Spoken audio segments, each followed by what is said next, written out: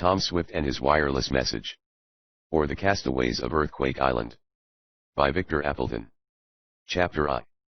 An Appeal for Aid. Tom Swift stepped from the door of the machine shop, where he was at work making some adjustments to the motor of his airship, and glanced down the road. He saw a cloud of dust, which effectually concealed whatever was causing it. "Someone must be in a hurry this morning," the lad remarked. "Looks like a motor speeding along. My! But we certainly do need rain," he added, as he looked up toward the sky. "It's very dusty. Well, I may as well get back to work. I'll take the airship out for a flight this afternoon, if the wind dies down a bit." The young inventor, for Tom Swift himself had built the airship, as well as several other crafts for swift locomotion, turned to re-enter the shop. Something about the approaching cloud of dust, however, held his attention.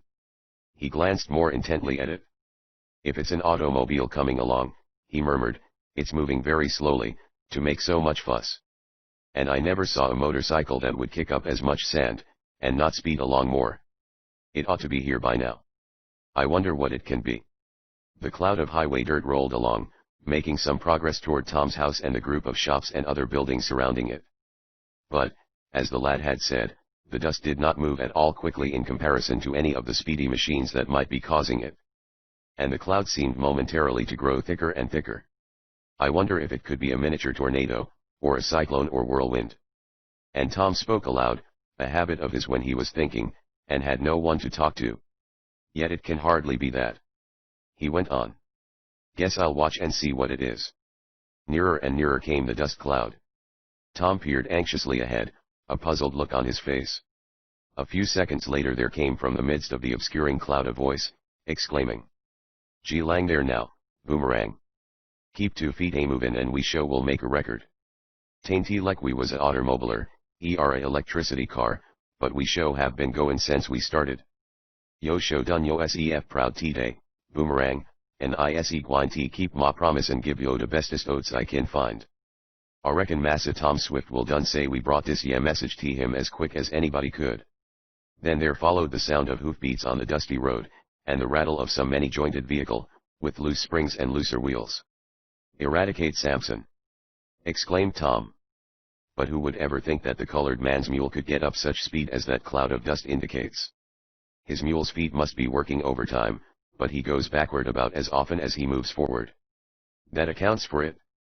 There's lots of dust, but not much motion. Once more, from the midst of the ball-like cloud of dirt came the voice of the colored man. "Now behave yo sef, Boomerang. We am almost there and den yo kin sit down and rest if you'll like. Jest keep it up a little longer, and we'll give Massa Tom his telephone. Gee lang now, Boomerang." The tattoo of hoofbeats was slowing up now, and the cloud of dust was not so heavy. It was gradually blowing away. Tom Swift walked down to the fence that separated the house, grounds, and shops from the road. As he got there the sounds of the mule's progress, and the rattle of the wagon, suddenly ceased. "Gee lang. Gee lang. Don't yo dare t stop now, when we am most there," cried Eradicate Samson. "Keep a movin', Boomerang." "It's all right, Eradicate. I'm here," called Tom, and when the last of the dust had blown away, the lad waved his hand to an aged colored man, who sat upon the seat of perhaps the most dilapidated wagon that was ever dignified by such a name. It was held together with bits of wire, rope, and strings, and each of the 4 wheels leaned out at a different angle. It was drawn by a big mule, whose bones seemed protruding through his skin, but that fact evidently worried him but little, for now the animal was placidly sleeping, while standing up, his long ears moving slowly to and fro. "Am dat yo, Massa Tom?" asked Eradicate, ceasing his task of jerking on the lines, to which operation the mule paid not the least attention. "Yes, I'm here, Rad," replied Tom, smiling. "I came out of my shop to see what all the excitement was about. How did you ever get your mule to make so much dust?" "I done promise him an extra helpin' ob oats ef he make good time," said the colored man. "And he done it, too. Did yo see the dust we made?" "I sure did, but you didn't do much else. And you didn't make very good time. I watched you, and you came along like an ice wagon after a day's work on the 4th of July. You were going fast, but moving slow." "I specs we was, Massa Tom," was the colored man's answer. but Boomerang done better than I expected he would. I done told him yo'd be in a hurry to get yo telephone, and he sure did trot along. My telephone? Repeated Tom, wonderingly. What have you and your mule Boomerang to do with my telephone? That's up in the house. No, it ain't. It's right in my pocket, chuckled Eradicate, opening a ragged coat, and reaching for something. I got yo telephone right yet. He went on. The agent at the station see me drivin' over this way, and he done asked he deliberate.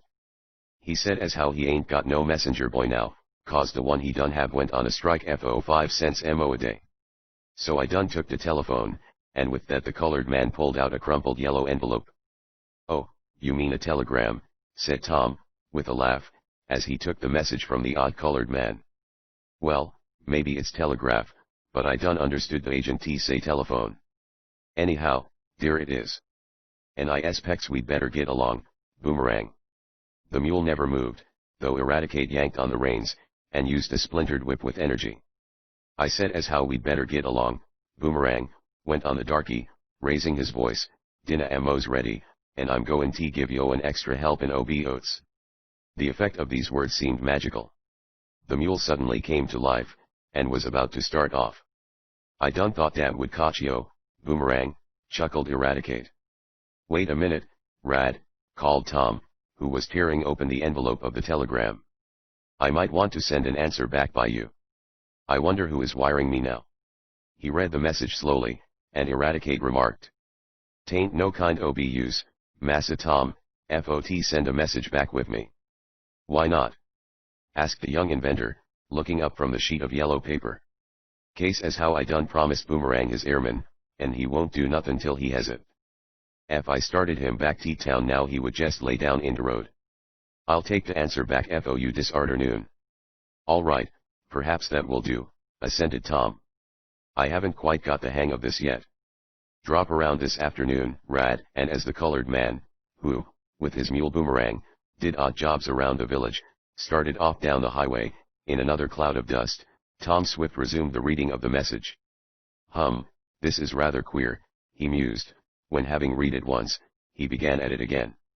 It must have cost him something to send all this over the wire. He could just as well have written it. So he wants my help, eh? Well, I never heard of him, and he may be all right, but I had other plans, and I don't know whether I can spare the time to go to Philadelphia or not. I'll have to think it over. An electric airship, eh? He's sort of following along the lines of my inventions. Wants my aid well, I don't know.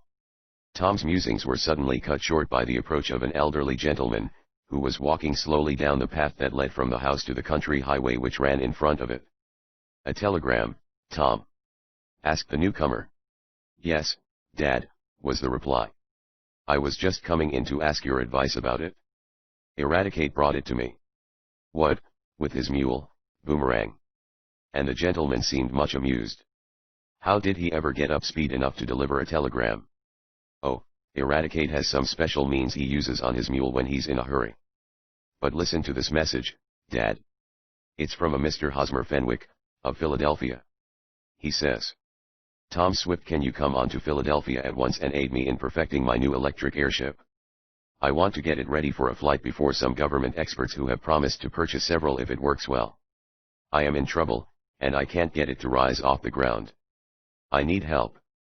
I have heard about your airship, and the other inventions you and your father have perfected, and I am sure you can aid me. I am stuck. Can you hurry to the Quaker City? I will pay you well. Answer at once. Well, remarked Mr. Swift, questioningly, as his son finished reading the telegram. What are you going to do about it, Tom? I don't exactly know, Dad. I was going to ask your advice. What would you do? Who is this Mr. Fenwick? Well, he is an inventor of some note, but he has had many failures. I have not heard of him in some years until now. He is a gentleman of wealth, and can be relied upon to do just as he says. We are slightly acquainted. Perhaps it would be well to aid him, if you can spare the time. Not that you need the money, but inventors should be mutually helpful. If you feel like going to Philadelphia, and aiding him in getting his electric airship in shape, you have my permission. I don't know, answered Tom, doubtfully. I was just getting my monoplane in shape for a little flight. It was nothing particular, though. Dad, I think I will take a run to Philadelphia, and see if I can help Mr. Fenwick. I'll wire him that I am coming, tomorrow or next day. Very well, assented Mr. Swift, and then he and his son went into one of the shops, talking of a new invention which they were about to patent. Tom little knew what a strange series of adventures were to follow his decision to go to the Quaker City, nor the danger involved in aiding Mr. Fenwick to operate his electric airship.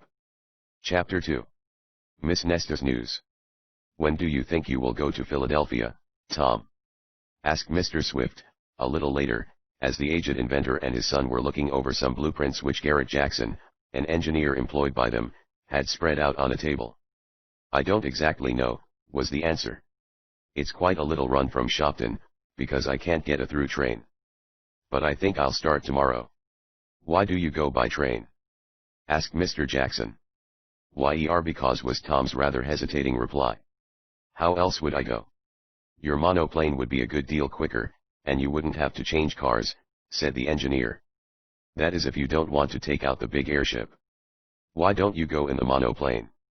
By Jove! I believe I will! Exclaimed Tom. I never thought of that, though it's a wonder I didn't. I'll not take the Red Cloud, as she's too hard to handle alone. But the Butterfly will be just the thing, and Tom looked over to where a new monoplane rested on the 3 bicycle wheels which formed part of its landing frame. I haven't had it out since I mended the left wingtip, he went on, and it will also be a good chance to test my new rudder. I believe I will go to Philadelphia by the Butterfly. Well, as long as that's settled, suppose you give us your views on this new form of storage battery, suggested Mr. Swift, with a fond glance at his son, for Tom's opinion was considered valuable in matters electrical, as those of you, who have read the previous books in the series, well know. The little group in the machine shop was soon deep in the discussion of ohms, amperes, volts, and currents, and, for a time, Tom almost forgot the message calling him to Philadelphia. Taking advantage of the momentary lull in the activities of the young inventor, I will tell my readers something about him, so that those who have no previous introduction to him may feel that he is a friend. Tom Swift lived with his father, Barton Swift, a widower, in the village of Shopton, New York.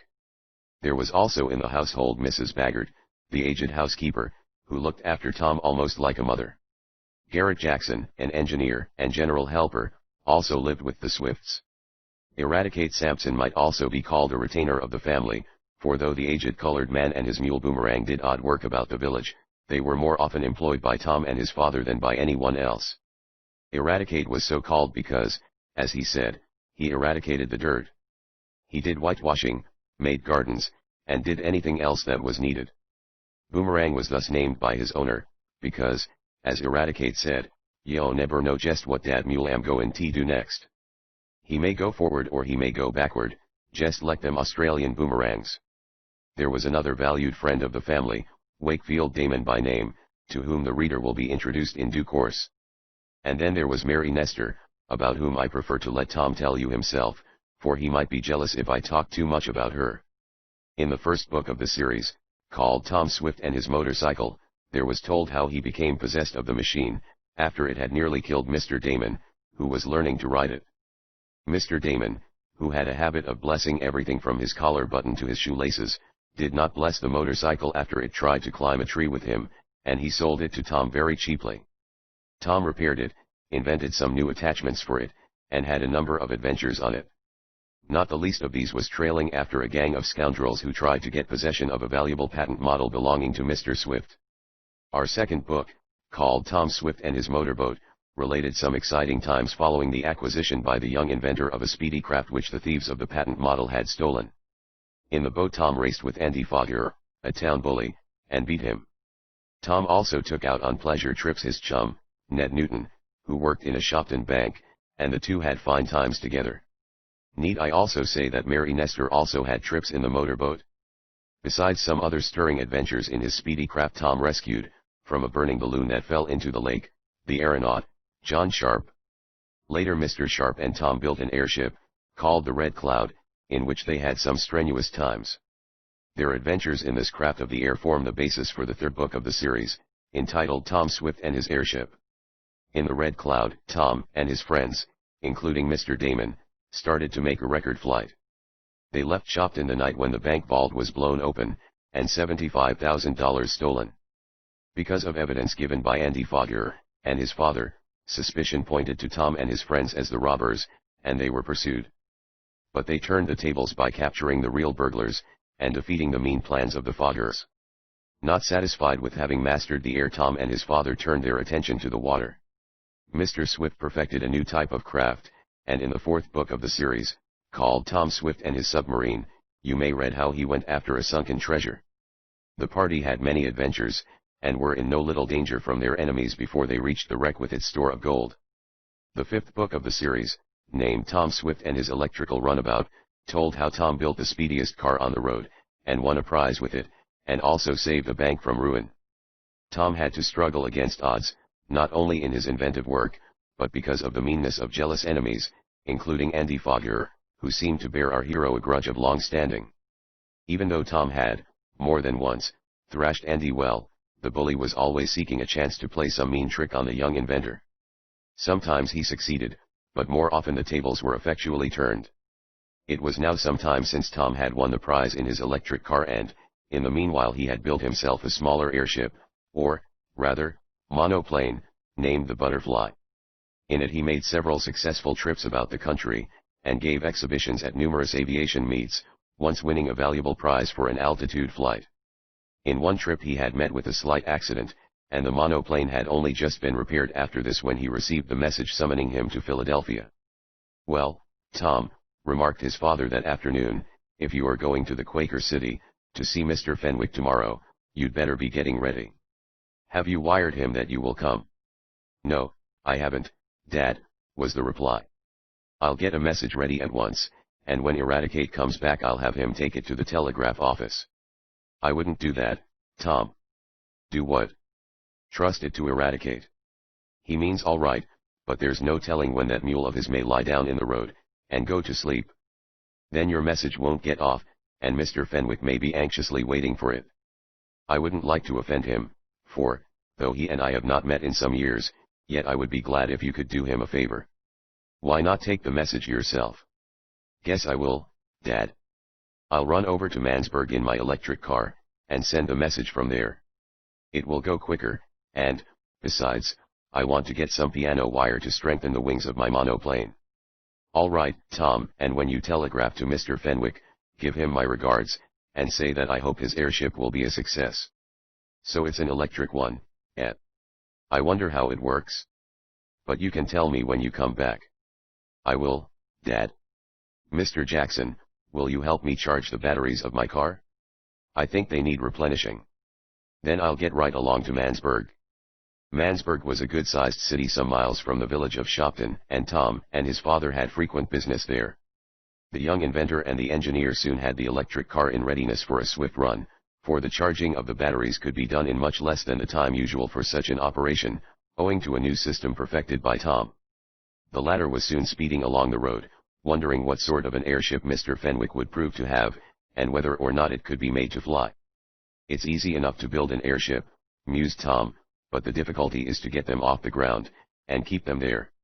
He knew, for there had been several failures with his monoplane before it rose like a bird and sailed over the treetops.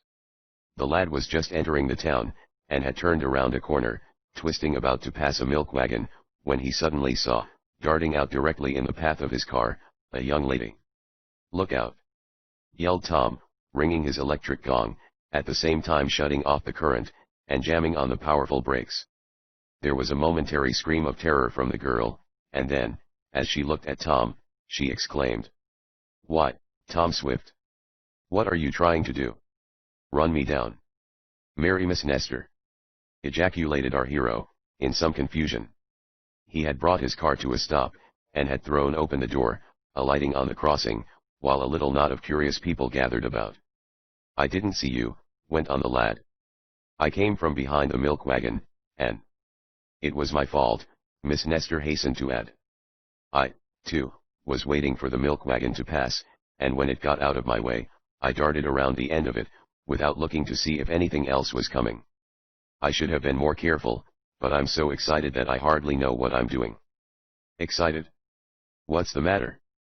asked Tom, for he saw that his friend was not her usual calm self. "Has anything happened, Mary?"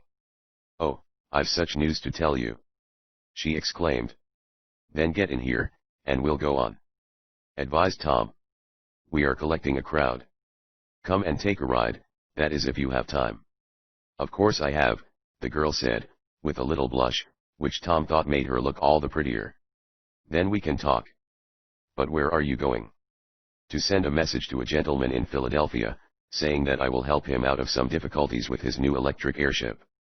I'm going to take a run down there in my monoplane, Butterfly, tomorrow, and my, to hear you tell it, one would think it wasn't any more to make an airship flight than it was to go shopping," interrupted Mary, as she entered the electric car, followed by Tom, who quickly sent the vehicle down the street. "Oh, I'm getting used to the upper air," he said.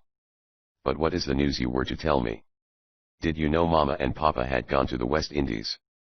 asked the girl. "No. I should say that was news. When did they go?"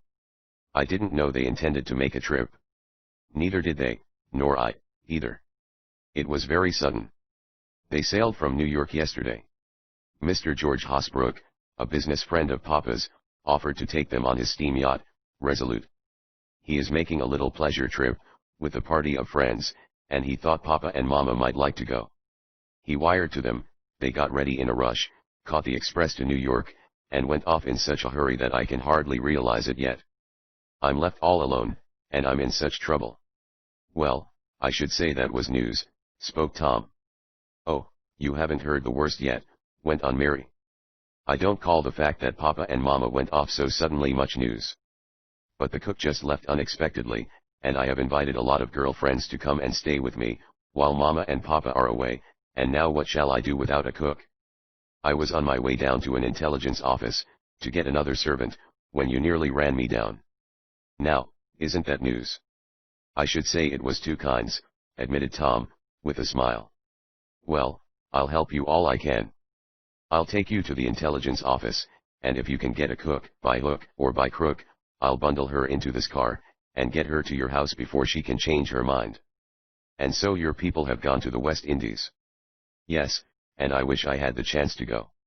"So do I," spoke Tom, little realizing how soon his wish might be granted. "But is there any particular intelligence office you wish to visit?" "There's not much choice," replied Mary Nestor, with a smile, "as there's only one in town." "Oh. I do hope I can get a cook. It would be dreadful to have nothing to eat, after I'd asked the girls to spend a month with me, wouldn't it?" Tom agreed that it certainly would, and they soon after arrived at the intelligence office. Chapter 3. Tom knocks out Andy. "Do you want me to come in and help you?" asked the young inventor, of Miss Nestor. "Do you know anything about hiring a cook?" she inquired, with an arch smile. "I'm afraid I don't," the lad was obliged to confess. "Then I'm a little doubtful of your ability to help me. But I'm ever so much obliged to you. I'll see if I can engage one. The cook who just left went away because I asked her to make some apple turnovers. Some of the girls who are coming are very fond of them." "So am I," spoke Tom, with a smile. "Are you, indeed? Then, if the cook I hope to get now will make them, I'll invite you over to have some, and also meet my friends." "I'd rather come when just you, and the turnovers and the cook are there," declared Tom, boldly, and Mary, with a blush, made ready to leave the electric car. "Thank you," she said, in a low voice. "If I can't help you select a cook," went on Tom, "at least let me call and take you home when you have engaged one." "Oh, it will be too much trouble," protested Miss Nestor. "Not at all. I have only to send a message, and get some piano wire, and then I'll call back here for you. I'll take you and the new cook back home flying." "All right, but don't fly so fast.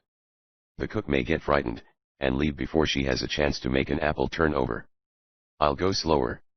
I'll be back in 15 minutes, called Tom, as he swung the car out away from the curb, while Mary Nestor went into the intelligence office.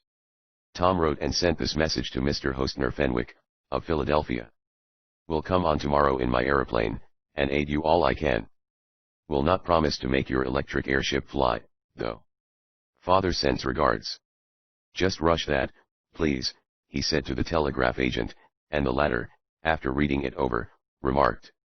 It'll rush itself, I reckon, being all about airships, and things like that, and he laughed as Tom paid him. Selecting several sizes of piano wire of great strength, to use as extra guy braces on the butterfly, Tom re-entered his electric car, and hastened back to the intelligence office, where he had left his friend. He saw her standing at the front door, and before he could alight, and go to her, Miss Nestor came out to meet him. "Oh, Tom!" she exclaimed, with a little tragic gesture, "what do you think?" "I don't know," he answered good-naturedly. "Does the new cook refuse to come unless you do away with apple turnovers?" "No, it isn't that. I have engaged a real treasure, I'm sure, but as soon as I mentioned that you would take us home in the electric automobile, she flatly refused to come. She said walking was the only way she would go. She hasn't been in this country long. But the worst of it is that a rich woman has just telephoned in for a cook, and if I don't get this one away, the rich lady may induce her to come to her house, and I'll be without one. Oh, what shall I do?" And poor Mary looked quite distressed. "Humph. So she's afraid of electric autos, eh?" mused Tom. "That's queer. Leave it to me, Mary, and perhaps I can fix it. You want to get her away from here in a hurry, don't you?"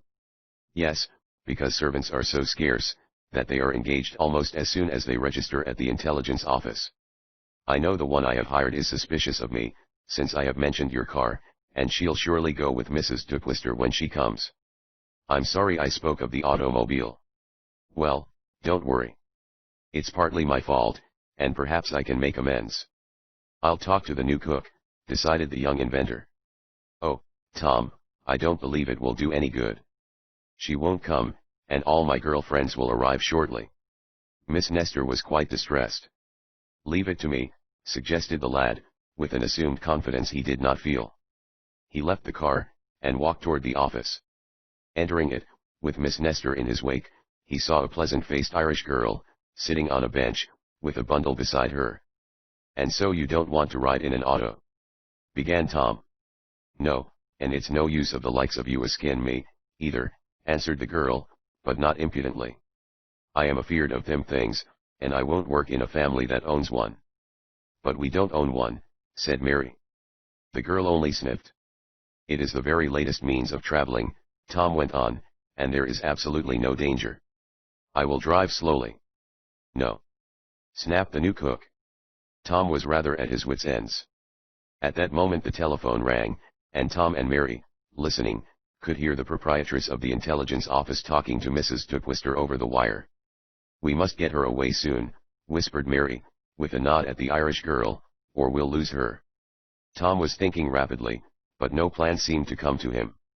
A moment later one of the assistants of the office led out from a rear room another Irish girl who, it seems, had just engaged herself to work in the country.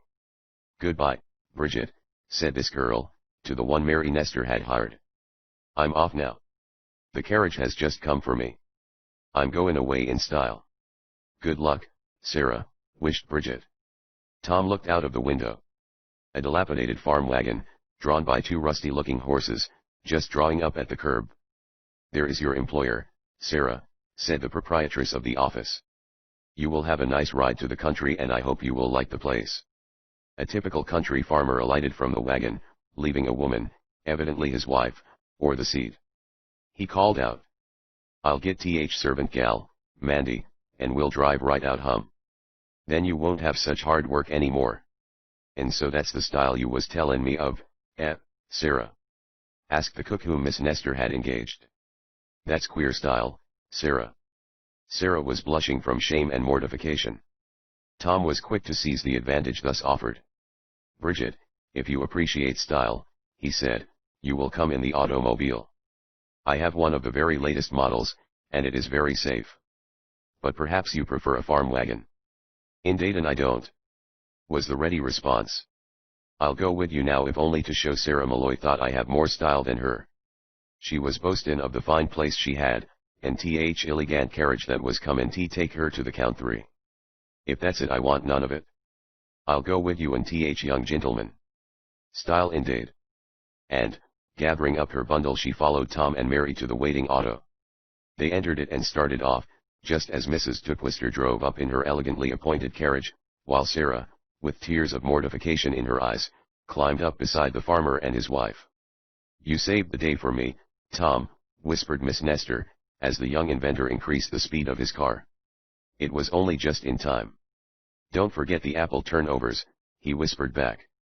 Once she had made the plunge, the new cook seemed to lose her fears of the auto, and enjoyed the ride.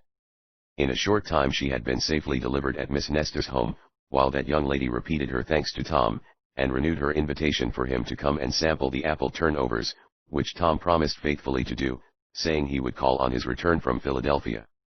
Musing on the amusing feature of his trip, Tom was urging his auto along at moderate speed, when, as he turned down a country road, leading to his home, he saw, coming toward him, a carriage, drawn by a slow-moving, white horse, and containing a solitary figure. "Why, that looks like Andy Foger," spoke Tom, half aloud. "I wonder what he's doing out driving? His auto must be out of commission. But that's not strange, considering the way he abuses the machine. It's in the repair shop half the time." He slowed down still more, for he did not know but that Andy's horse might be skittish. He need have no fears, however, for the animal did not seem to have much more life than did Eradicate's mule, Boomerang. As Tom came nearer the carriage, he was surprised to see Andy deliberately swing his horse across the road, blocking the highway by means of the carriage and steed. "Well, Andy Foger, what does that mean?" cried Tom, indignantly, as he brought his car to a sudden stop. "Why do you block the road?" "Because I want to," snarled the bully, taking out a notebook and pencil, and pretending to make some notes about the property in front of which he had halted. "I'm in the real estate business now," went on Andy, "and I'm getting descriptions of the property I'm going to sell. Guess I've got a right to stop in the road if I want to." "But not to block it up," retorted Tom. "That's against the law. Pull over and let me pass." "Suppose I don't do it? Then I'll make you." "Huh. I'd like to see you try it," snapped Andy. "If you make trouble for me, it will be the worse for you. If you pull to one side, so I can pass, there'll be no trouble," said Tom, seeing that Andy wished to pick a quarrel. "Well, I'm not going to pull aside until I finish putting down this description," and the bully continued to write with tantalizing slowness. "Look here," exclaimed Tom Swift, with sudden energy. "I'm not going to stand for this. Either you pull to one side and let me pass, or—" "Well, what will you do?" demanded the bully. "I'll shove you to one side, and you can take the consequences." "You won't dare to." "I won't, Ed. Just you watch." Tom threw forward the lever of his car. There was a hum of the motor, and the electric moved ahead. Andy had continued to write in the book, but at this sound he glanced up. "Don't you dare to bunk into me!" yelled Andy. "If you do, I'll sue you for damages. Get out of the way, or I'll shove you off the road," threatened Tom, calmly. "I'll not go until I get ready." "Oh, yes you will," responded our hero quietly. He sent his car ahead slowly but surely. It was within a few feet of the carriage containing Andy. The bully had dropped his notebook, and was shaking his fist at Tom. As for the young inventor, he had his plans made. He saw that the horse was a quiet, sleepy one, that would not run away, no matter what happened, and Tom only intended to gently push the carriage to one side, and pass on.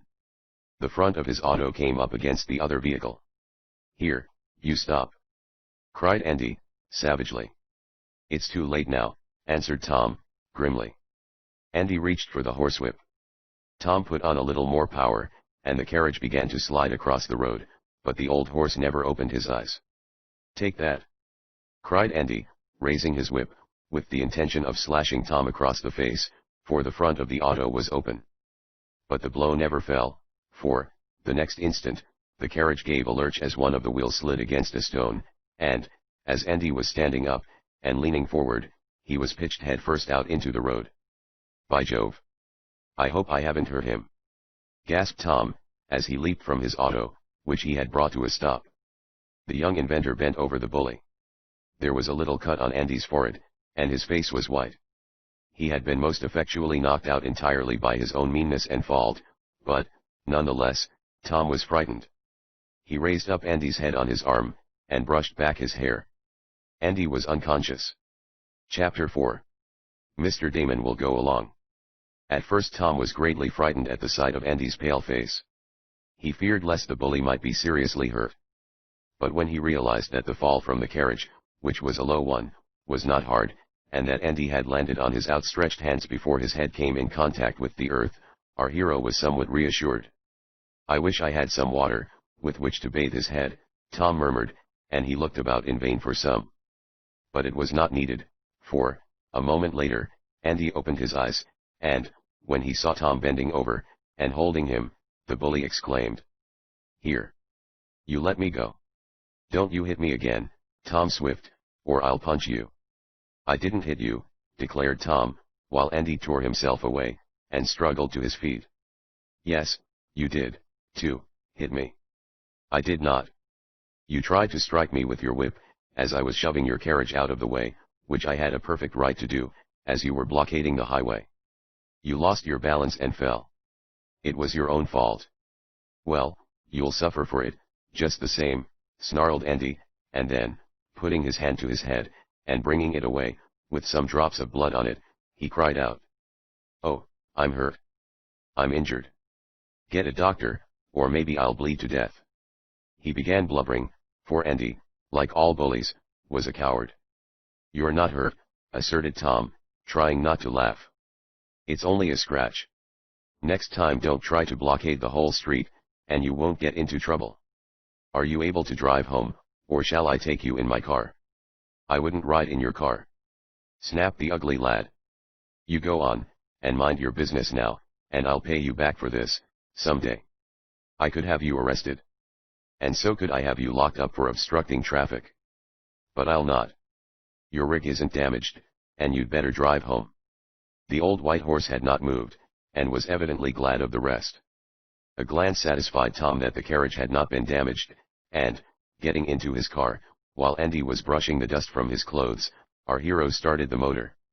There was now room enough to pass around the obstructing carriage, and soon Tom was humming down the road, leaving a much discomfited bully behind him. "Tom Swift is too smart thinking he can run everybody, and everything, to suit himself," growled Andy, as he finished dusting off his clothes, and wiping the blood from his face. As Tom had said, the wound was but a scratch, though the bully's head ached, and he felt a little dizzy. "I wish I'd hit him with the horsewhip," he went on, vindictively. "I'll get square with him someday." Andy had said this many times, but he had never yet succeeded in permanently getting the best of Tom. Pondering on some scheme of revenge, the rich lad for Mr. Fogger, his father, was quite wealthy, drove on. Meanwhile Tom, rather wishing the little encounter had not taken place, but refusing to blame himself for what had occurred, was speeding toward home. "Let's see," he murmured, as he drove along in his powerful car. "I've got quite a lot to do if I make an early start for Philadelphia, in my airship, tomorrow. I want to tighten the propeller on the shaft a trifle, and give the engine a good tryout. Then, too, I think I'd better make the landing springs a little stiffer. The last time I made a descent the frame was pretty well jarred up. Yes, if I make that air trip tomorrow I'll have to do some tall hustling when I get home." The electric runabout swung into the yard of the Swift house, and Tom brought it to a stop opposite the side door. He looked about for a sight of his father, Mrs. Baggert, or Garrett Jackson. The only person visible was Eradicate Sampson, working in the garden. "Hello, Rad," called Tom. "Anybody home?" "Yis, Massa Tom," answered the colored man. "Yo dad and another genmans have just gone into house." "Who's the other gentleman, Rad?" asked Tom, and the negro, glad of an excuse to cease the weeding of the onion bed, came shuffling forward. "It's the genmans what is allers saying his prayers," he answered. "Saying his prayers?" repeated Tom. "Yep. Yo knows what I means, Massa Tom. He's allers a skin a blessin' on his shoes, or his rubbers, or his necktie." "Oh, you mean Mr. Wakefield Damon?" "Yis, sah, that's who I done means. Mr. Wakeful lemon dats show him." At that moment there sounded, within the house, the voices of Mr. Swift, and someone else in conversation. "And so Tom has decided to make a run to the Quaker City in the Butterfly, tomorrow," Mr. Swift was saying, "and he's going to see if he can be of any service to this Mr. Fenwick." "Bless my watch chain!" exclaimed the other voice. "You don't say so. Why, I know Mr. Fenwick very well. He and I used to go to school together, but bless my multiplication tables, I never thought he'd amount to anything. And so he's built an airship, and Tom is going to help him with it? Why, bless my collar button, I've a good notion to go along and see what happens. Bless my very existence, but I think I will. That's Mr. Damon all right, observed Tom, with a smile, as he advanced toward the dining room, whence the voices proceeded. That's what I done told you, said Eradicate, and, with slow and lagging steps he went back to weed the onion bed. How are you, Mr. Damon, called our hero, as he mounted the steps of the porch. Why, it's Tom, he's back, exclaimed the eccentric man. Why, bless my shoelaces, Tom. How are you? I'm real glad to see you. Bless my eyeglasses, but I just returned from a little western trip, and I thought I'd run over and see how you are. I came in my car, had 2 blowouts on the way, too. Bless my spark plug, but the kind of tires one gets nowadays are a disgrace. However, I'm here, and your father has just told me about you going to Philadelphia in your monoplane, to help a fellow inventor with his airship. It's real kind of you. Bless my top knot if it isn't. Do you know what I was just saying? I heard you mention that you knew Mr. Fenwick, replied Tom, with a smile, as he shook hands with Mr. Damon. So I do, and, what's more, I'd like to see his airship. Will your butterfly carry 2 passengers? Easily, Mr. Damon. Then I'll tell you what I'm going to do. If you'll let me, I'll take that run to Philadelphia with you. Glad to have you come along, responded Tom, heartily. Then I'll go, and, what's more, if Fenwick's ship will rise, I'll go with you in that. Bless my deflection rudder if I don't, Tom. And puffing up his cheeks, as he exploded these words, Mr. Damon fairly raised himself on his tiptoes, and shook Tom's hand again. Chapter V. Volplaning to Earth.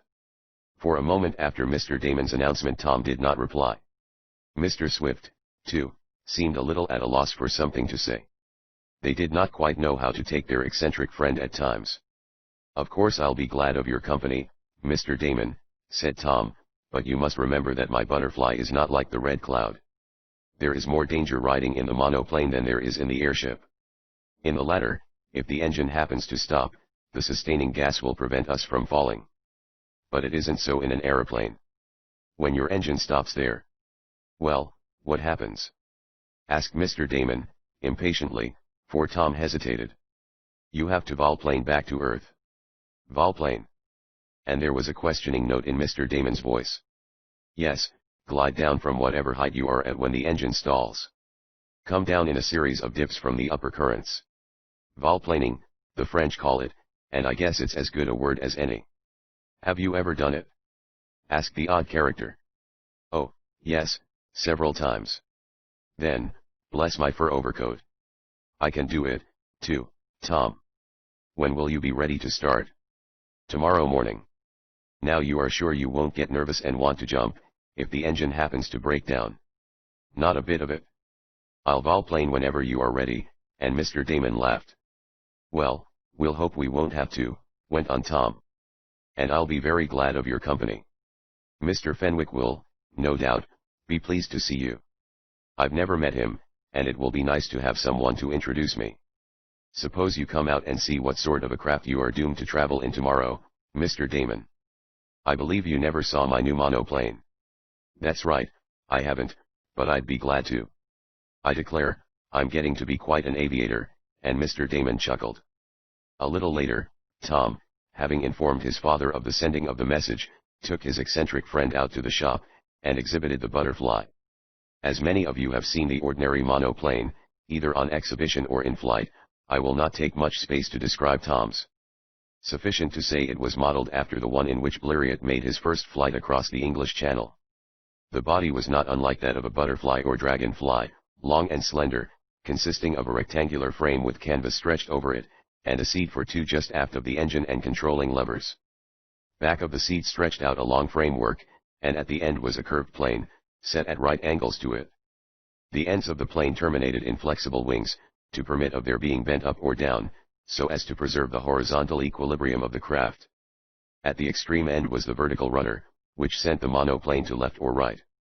Forward, almost exactly like the front set of wings of the dragonfly, was the large, main plane, with the concave turned toward the ground. There was the usual propeller in front, operated by a 4-cylinder motor, the cylinders being air-cooled, and set like the spokes of a wheel around a motor box. The big gasoline tank, and other mechanism was in front of the right-hand operator's seat, where Tom always rode. He had seldom taken a passenger up with him, though the machine would easily carry two, and he was a little nervous about the outcome of the trip with Mr. Damon. "How do you like the looks of it?" asked the young inventor, as he wheeled the butterfly out of the shed, and began pumping up the tires of the bicycle wheels on which it ran over the ground, to get impetus enough with which to rise. "It looks a little frail, compared to the big red cloud, Tom," answered the eccentric man, "but I'm going up in her just the same, bless my buttons if I'm not." Tom could not but admire the grit of his friend. The rest of the day was busily spent making various adjustments to the monoplane, putting on new wire stays, changing the rudder cables, and tuning up the motor. The propeller was tightened on the shaft, and toward evening Tom announced that all was in readiness for a trial flight. "Want to come, Mr. Damon?" he asked. "I'll wait, and see how it acts with you aboard," was the answer. "Not that I'm afraid, for I'm going to make the trip in the morning, but perhaps it won't work just right now." "Oh, I guess it will," ventured Tom, and in order to be able to know just how his butterfly was going to behave, with a passenger of Mr. Damon's weight, the young inventor placed a bag of sand on the extra seat. The monoplane was then wheeled to the end of the starting ground. Tom took his place in the seat, and Mr. Jackson started the propeller. At first the engine failed to respond, but suddenly with a burst of smoke, and a spluttering of fire the cylinders began exploding. The hat of Mr. Damon, who was standing back of the machine, was blown off by the wind created by the propeller. "Bless my gaiters!" he exclaimed, "I never thought it was as strong as that." "Let go!" cried Tom to Mr. Jackson and Eradicate, who were holding back the monoplane from gliding over the ground. "All right," answered the engineer. An instant later the explosions almost doubled, for Tom turned on more gasoline. Then, like some live thing, the butterfly rushed across the starting ground. Faster and faster it went, until the young inventor, knowing that he had motion enough, tilted his planes to catch the wind. Up he went from earth, like some graceful bird, higher and higher, and then, in a big spiral, he began ascending until he was 500 feet in the air. Up there he traveled back and forth, in circles, and in figure eights, desiring to test the machine in various capacities. Suddenly the engine stopped, and to those below, anxiously watching, the silence became almost oppressive, for Tom had somewhat descended, and the explosions had been plainly heard by those observing him. But now they ceased. "His engine stalled!" cried Garrett Jackson. Mr. Swift heard the words, and looked anxiously up at his son. "Is he in any danger?" gasped Mr. Damon. No one answered him. Like some great bird, disabled in mid-flight, the monoplane swooped downward. A moment later a hearty shout from Tom reassured them. "He shut off the engine on purpose," said Mr. Jackson. "He is volplaning back to Earth." Nearer and nearer came the butterfly. It would shoot downward, and then, as Tom tilted the planes, would rise a bit, losing some of the great momentum.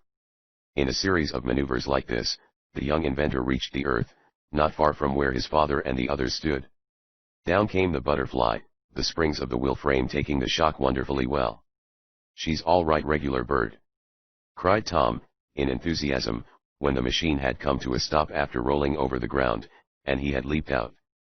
"We'll make a good flight tomorrow, Mr. Damon, if the weather holds out this way." "Good!" cried the eccentric man. "I shall be delighted." They made the start early the next morning, there being hardly a breath of wind. There was not a trace of nervousness noticeable about Mr. Damon, as he took his place in the seat beside Tom. The lad had gone carefully over the entire apparatus, and had seen to it that, as far as he could tell, it was in perfect running order.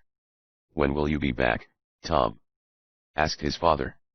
"Tonight, perhaps, or tomorrow morning. I don't know just what Mr. Fenwick wants me to do. But if it is anything that requires a long stay, I'll come back, and let you know, and then run down to Philadelphia again. I may need some of my special tools to work with. I'll be back tonight perhaps. Shall I keep supper for you?" asked Mrs. Baggert, the housekeeper. "I don't know," answered Tom, with a laugh. "Perhaps I'll drop down at Miss Nestor's, and have some apple turnovers, for he had told them or the incident of hiring the new cook. "Well," he went on to Mr. Damon, "are you all ready?" "As ready as I ever shall be." "Do you think we'll have to do any volplaning, Tom?" "Hard to say, but it's not dangerous when there's no wind." "All right, Garrett. Start her off." The engineer whirled the big wooden, built-up propeller, and with the rattle and roar of the motor, effectually drowning any but the loudest shouts, the butterfly was ready for her flight. Tom let the engine warm up a bit before calling to his friends to let go, and then, when he had thrown the gasoline lever forward, he shouted a goodbye and cried, "All right. Let go." Forward, like a hound from the leash, sprang the little monoplane. It ran perhaps for 500 feet, and then, with the tilting of the wings, to set the air currents against them, it sprang into the air. "We're off!" cried Mr. Damon, waving his hand to those on the ground below. "Yes, we're off," murmured Tom. "Now for the Quaker City." He had mapped out a route for himself the night before, and now, picking out the landmarks, he laid as straight a course as possible for Philadelphia. The sensation of flying along, 2,000 feet high, in a machine almost as frail as a canoe, was not new to Tom. It was, in a degree, to Mr. Damon, for, though the latter had made frequent trips in the large airship, this mode of locomotion, as if he was on the back of some bird, was much different. Still, after the first surprise, he got used to it. "Bless my finger ring!" he exclaimed, "I like it." "I thought you would," said Tom, in a shout, and he adjusted the oil feed to send more lubricant into the cylinders. The earth stretched out below them, like some varicolored relief map, but they could not stop to admire any particular spot long, for they were flying fast, and were beyond a scene almost as quickly as they had a glimpse of it. "How long will it take us?" yelled Mr. Damon into Tom's ear. "I hope to do it in 3 hours, shouted back the young inventor. "What? Why, it takes the train over 5 hours. "Yes, I know, but we're going direct, and it's only about 250 miles. That's only about 80 an hour. We're doing 75 now, and I haven't let her out yet." "She goes faster than the Red Cloud," cried Mr. Damon. Tom nodded. It was hard work to talk in that rush of air. For an hour they shot along, their speed gradually increasing. Tom called out the names of the larger places they passed over. He was now doing better than 80 an hour as the gauge showed. The trip was a glorious one, and the eyes of the young inventor and his friends sparkled in delight as they rushed forward. 2 hours passed. "Going to make it?" fairly howled Mr. Damon. Tom nodded again. "Be there in time for dinner," he announced in a shout. It lacked 40 minutes of the 3 hours when Tom, pointing with one hand down below, while with the other he gripped the lever of the rudder, called, "North Philadelphia." "So soon?" gasped Mr. Damon. "Well, we certainly made speed." "Where are you going to land?" "I don't know," answered the young inventor. "I'll have to pick out the best place I see. It's no fun landing in a city. No room to run along, after you're down." "What's the matter with Franklin Field?" cried Mr. Damon. "Out where they play football." "Good. The very thing," shouted Tom. "Mr. Fenwick lives near there," went on Mr. Damon, and Tom nodded comprehendingly. They were now over North Philadelphia, and, in a few minutes more were above the Quaker City itself. They were flying rather low, and as the people in the streets became aware of their presence there was intense excitement. Tom steered for the big athletic field, and soon saw it in the distance. With a suddenness that was startling, the motor ceased its terrific racket. The monoplane gave a sickening dip, and Tom had to adjust the wingtips and rudder quickly to prevent it slewing around at a dangerous angle. "What's the matter?" cried Mr. Damon. "Did you shut it off on purpose?" "No," shouted Tom, "something's gone wrong." "Gone wrong? Bless my overshoes. Is there any danger?" "We'll have to volplane to Earth," answered Tom, and there was a grim look on his face. He had never executed the speed with a passenger aboard. He was wondering how the butterfly would behave. But he would know very soon, for already the tiny monoplane was shooting rapidly toward the big field, which was now swarming with a curious crowd. Chapter 6. The New Airship. For a brief instant after the stopping of the motor, and the consequent sudden dropping toward the earth of the monoplane, Tom glanced at Mr. Damon. The latter's face was rather pale, but he seemed calm and collected. His lips moved slightly, and Tom, even in those tense moments, wondered if the odd gentleman was blessing anything in particular, or everything in general.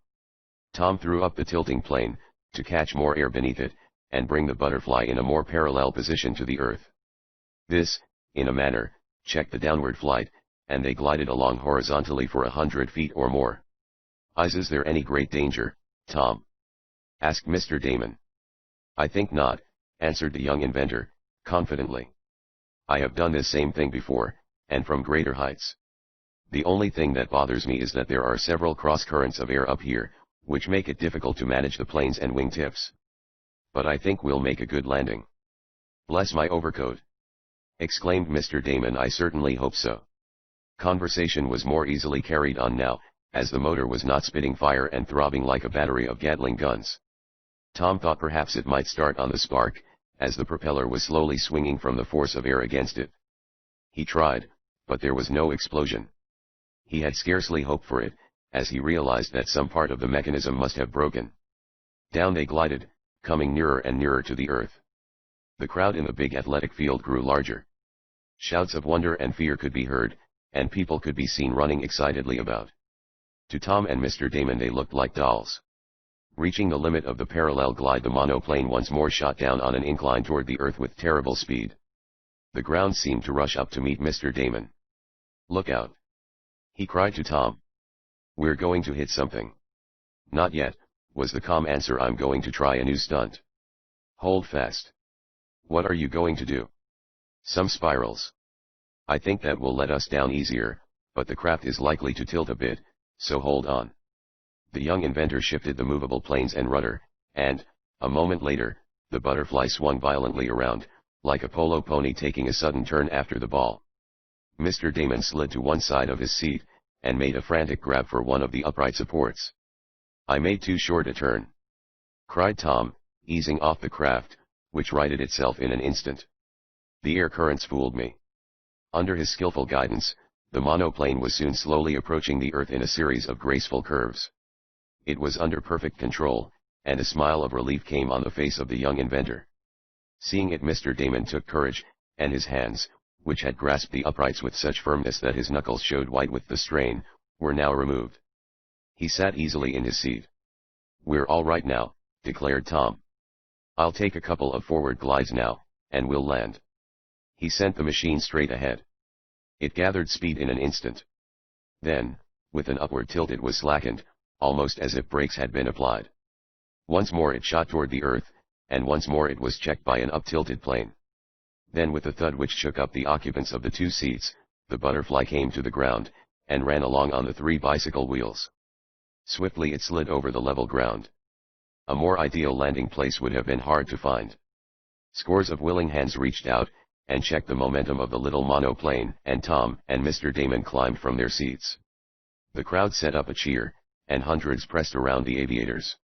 Several sought to reach and touch the machine, for they had probably never been so close to one before, though airship flights are getting more and more common. "Where did you come from? Are you trying for a record? How high did you get? Did you fall, or come down on purpose? Can't you start your motor in mid-air?" These, and scores of other questions, were fairly volleyed at Tom and Mr. Damon. The young inventor good-naturedly answered them as best he could. "We were coming down anyhow," he explained, "but we did not calculate on volplaning. The motor was stalled, and I had to glide.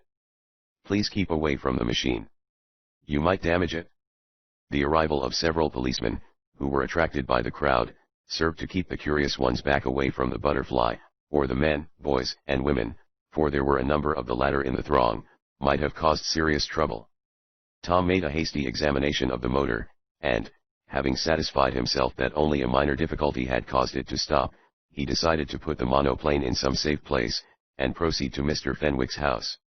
The lad was just asking one of the officers if the aircraft could not be put in one of the grandstands which surrounded the field, when a voice on the outskirts of the crowd excitedly exclaimed, "Let me pass, please.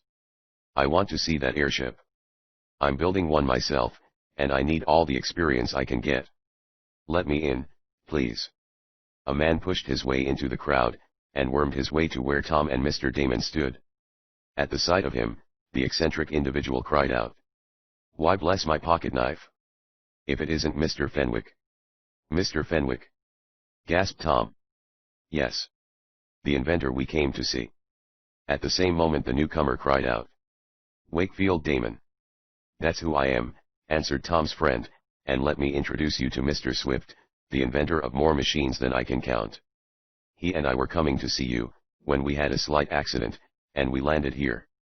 But that didn't matter, for we intended to land here anyhow, as I knew it was near your house. Only we had to volplane back to Earth, and I can't say that I'd care for that, as a steady diet. Bless my radiator, but I'm glad we've arrived safely. Did you come all the way from your home in that?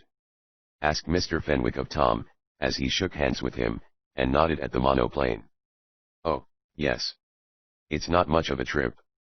Well, I hope my airship will do as well. But something seems to be wrong with it, and I have hopes that you can help me discover what it is. I know your father, and I have heard much of your ability. That is why I requested your aid. I'm afraid I've been much overrated, spoke Tom, modestly, but I'll do all I can for you. I must now leave my monoplane in a safe place, however. I'll attend to that, Mr. Fenwick hastened to assure him. Leave it to me. By this time a lieutenant of police, in charge of several reserve officers, had arrived on the scene, for the crowd was now very large, and, as Mr. Fenwick knew this official, he requested that Tom's machine be protected from damage. It was arranged that it could be stored in a large, empty shed, and a policeman would be left on guard. Then, seeing that it was all right, Tom, Mr. Damon and Mr. Fenwick started for the latter's house. I am very anxious to show you the Whizzer, said Mr. Fenwick, as they walked along. The Whizzer? Repeated Tom, wonderingly. Yes, that's what I call my electric airship. It hasn't whizzed any to speak of yet, but I have hopes that it will, now that you are here to help me. We will take one of these taxicabs, and soon be at my house. I was out for a stroll, when I saw your monoplane coming down, and I hastened to Franklin Field to see it. The three entered an automobile, and were soon being driven to the inventor's home. A little later he led them out to a big shed which occupied nearly all of a large lot, in back of Mr. Fenwick's house. Does it take up all that room? Asked Tom. Oh, yes, the Whizzer is pretty good size. There she is. Cried Mr. Fenwick proudly, as he threw open the doors of the shed, and Tom and Mr. Damon, looking in, saw a large triplane, with a good-sized gas bag hovering over it, and a strange collection of rudders, wings, and planes sticking out from either side. Amidships was an enclosed car, or cabin, and a glimpse into it served to disclose to the young inventor a mass of machinery. There she is. That's the Whizzer. Cried Mr. Fenwick, with pride in his voice. What do you think of her, Tom Swift? Tom did not immediately answer. He looked dubiously at the electric airship and shrugged his shoulders.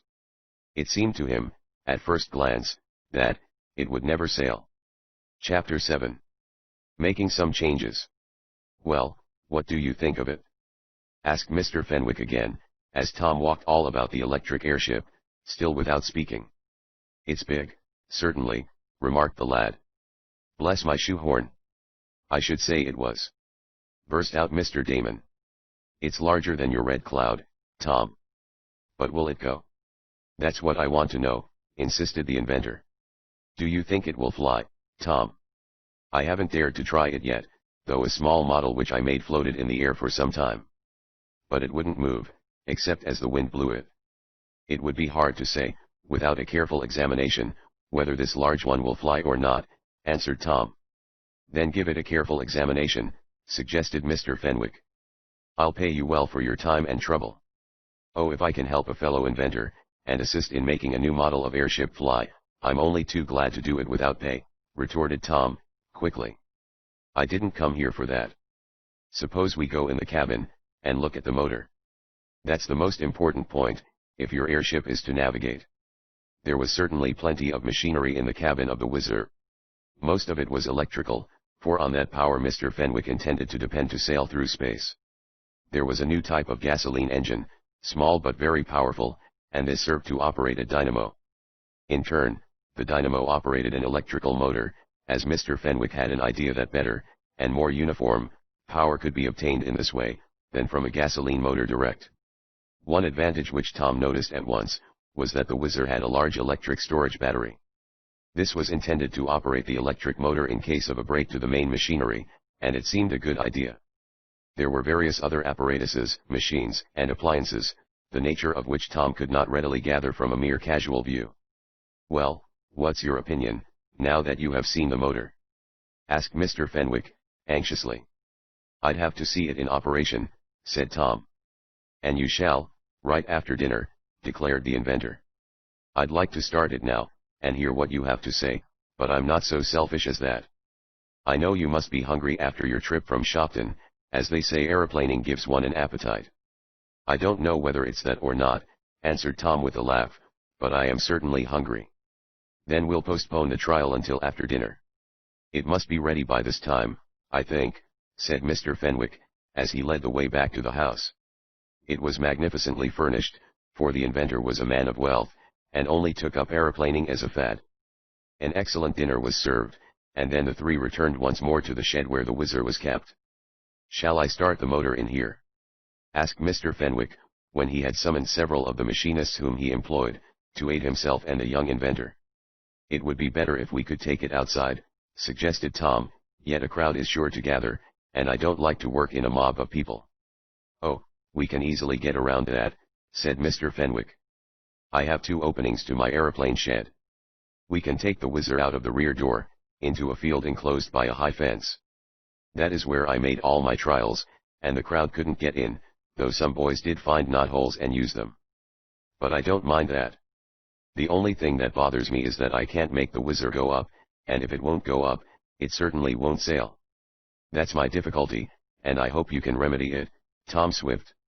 "I'll do the best I can. But let's get the airship outside." This was soon accomplished, and in the open lot Tom made a thorough and careful examination of the mechanism. The motor was started, and the propellers, for there were 2, whirled around at rapid speed. Tom made some tests and calculations, at which he was an expert, and applied the brake test, to see how much horsepower the motor would deliver. "I think there is one trouble that we will have to get over," he finally said to Mr. Fenwick. "What is that?" "The motor is not quite powerful enough because of the way in which you have it geared up. I think by changing some of the cogs, and getting rid of the offset shaft, also by increasing the number of revolutions, and perhaps by using a new style of carburetor, we can get more speed and power." "Then we'll do it," cried Mr. Fenwick, with enthusiasm. "I knew I hadn't got everything just right. Do you think it will work after that?" "Well," remarked Tom, hesitatingly, "I think the arrangement of the planes will also have to be changed. It will take quite some work, but perhaps, after a bit, we can get the Whizzer up in the air." "Can you begin work at once?" asked the inventor, eagerly. Tom shook his head. "I can't stay long enough on this trip," he said. "I promised Father I would be back by tomorrow at the latest, but I will come over here again, and arrange to stay until I have done all I can. I need to get some of my special tools, and then, too, you will require some other supplies, of which I will give you a list. I hope you don't mind me speaking in this way, Mr. Fenwick, as though I knew more about it than you do," added Tom, modestly. "Not a bit of it," cried the inventor heartily. "I want the benefit of your advice and experience, and I'll do just as you say. I hope you can come back soon." "I'll return the first of the week," promised Tom, "and then we'll see what can be done. Now I'll go over the whole ship once more, and see what I need. I also want to test the lifting capacity of your gas bag." The rest of the day was a busy one for our hero.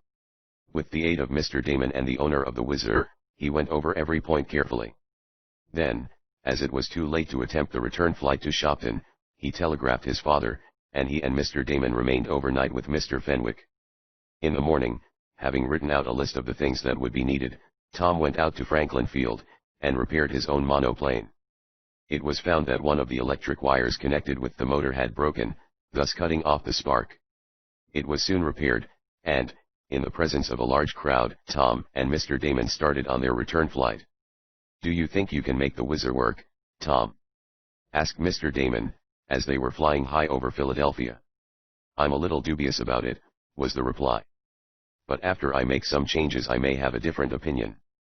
The whole affair is too big and clumsy, that's the trouble, though the electrical part of it is very good." Shopton was reached without incident, in about 3 hours, and there was no necessity, this time, of volplaning back to Earth. After a short rest, Tom began getting together a number of special tools and appliances, which he proposed taking back to Philadelphia with him. The young inventor made another trip to Mr. Fenwick's house the first of the following week. He went by train this time, as he had to ship his tools, and Mr. Damon did not accompany him. Then, with the assistance of the inventor of the Whizzer, and several of his mechanics, Tom began making the changes on the airship. "Do you think you can make it fly?" asked Mr. Fenwick, anxiously, after several days of labor. "I hope so," replied our hero, and there was more confidence in his tone than there had been before. As the work progressed, he began to be more hopeful. "I'll make a trial flight, anyhow, in a few days," he added. "Then I must send word to Mr. Damon," decided Mr. Fenwick. "He wants to be on hand to see it, and, if possible, go up, so he told me." "All right," assented Tom. "I only hope it does go up," he concluded, in a low tone. Chapter 8. Andy Fogger's Revenge. During the following week, Tom was kept busy over the airship. He made many important changes, and one of these was to use a new kind of gas in the balloon bag. He wanted a gas with a greater lifting power than that of the ordinary illuminating vapor which Mr. Fenwick had used. "Well," remarked Tom, as he came from the airship shed one afternoon, "I think we can give it a try out, Mr. Fenwick, in a few days more. I shall have to go back to Shopton to get some articles I need, and when I come back I will bring Mr. Damon with me, and we will see what the Whizzer can do." "Do you mean we will make a trial flight?" "Yes." "For how long a distance?" "It all depends on how she behaves," answered Tom, with a smile. "If possible, we'll make a long flight." "Then I'll tell you what I'm going to do," went on the inventor. "I'm going to put aboard a stock of provisions, and some other supplies and stores, in case we are 2 or 3 days in the air." "It might not be a bad plan," agreed Tom, "though I hardly think we will be gone as long as that." "Well, being out in the air always makes me hungry," proceeded Mr. Fenwick, "so I'm going to take plenty of food along." The time was to come, and that very soon, when this decision of the inventor of the Whizzer stood the adventurers in good stead. Tom returned to Shopton the next day, and sent word to have Mr. Damon join him in time to go back to the Quaker City 2 days later. "But why don't you start right back to Philadelphia tomorrow?" asked Mr. Swift of his son. "Because," answered Tom, and that was all the reason he would give, though had anyone seen him reading a certain note a few minutes before that, which note was awaiting him on his arrival from the Quaker City, they would not have wondered at his decision. The note was brief. It merely said, "Won't you come, and have some apple turnovers? The new cook is a treasure, and the girls are anxious to meet you." It was signed, Mary Nestor. "I think I could enjoy some apple turnovers," remarked Tom, with a smile. Having gotten ready the few special appliances he wished to take back to Philadelphia with him, Tom went, that evening, to call on Miss Nestor. True to her promise, the girl had a big plate full of apple turnovers, which she gaily offered our hero on his arrival, and, on his laughing declination to partake of so many, she ushered him into a room full of pretty girls, saying, "They'll help you eat them, Tom. Girls, here is Mr. Swift, who doesn't mind going up in the air or under the ocean, or even catching runaway horses," by which last she referred to the time Tom saved her life, and first made her acquaintance. As for the young inventor, he gave a gasp, almost as if he had plunged into a bath of icy water, at the sight of so many pretty faces staring at him. He said afterward that he would rather have volplaned back to Earth from a 7-mile height, than again face such a battery of sparkling eyes. But our hero soon recovered himself, and entered into the merriment of the evening, and, before he knew it, he was telling Miss Nestor and her attractive guest something of his exploits. "But I'm talking altogether too much about myself," he said, finally. "How is the new cook, Miss Nestor, and have you heard from your father and mother since they sailed on the Resolute for the West Indies?" "As to the new cook, she is a jewel of the first water," answered Miss Nestor. "We all like her, and she is anxious for another ride in a taxicab, as she calls your auto." "She shall have it," declared Tom, "for those are the best apple turnovers I ever ate." "I'll tell her so," declared Mary. "She'll appreciate it coming from an inventor of your ability." "Have you heard from your parents?" asked Tom, anxious to change the subject. "Oh, yes. I had a wire today. They stopped at St. Augustine to let me know they were having a glorious time aboard the yacht. Mr. Hosbrook, the owner, is an ideal host, Mama said. They are proceeding directly to the West Indies, now. I do hope they will arrive safely. They say there are bad storms down there at this time of year. Perhaps, if they are shipwrecked, Mr. Swift will go to their rescue in one of his airships, or a submarine, suggested Mabel Jackson, one of the several pretty girls. Oh, I hope he doesn't have to, exclaimed Mary. Don't speak of shipwrecks. It makes me shudder, and she seemed unduly alarmed. Of course they won't have any trouble, asserted Tom, confidently, more to reassure Miss Nestor, than from any knowledge he possessed, but if they do get cast away on a desert island, I'll certainly go to their rescue, he added. It was late when Tom started for home that night, for the society of Miss Nestor and her friends made the time pass quickly.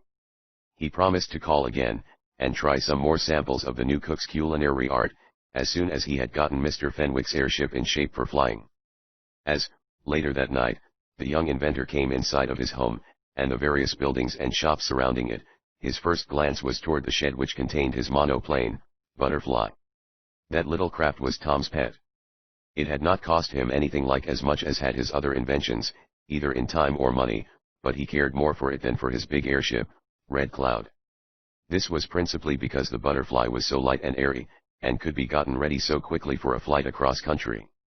It was capable of long endurance, too, for an extra-large supply of gasoline and oil was carried aboard. So it was with rather a start of surprise that Tom saw a light in the structure where the Butterfly was housed. I wonder if Dad or Mr. Jackson can be out there, he mused.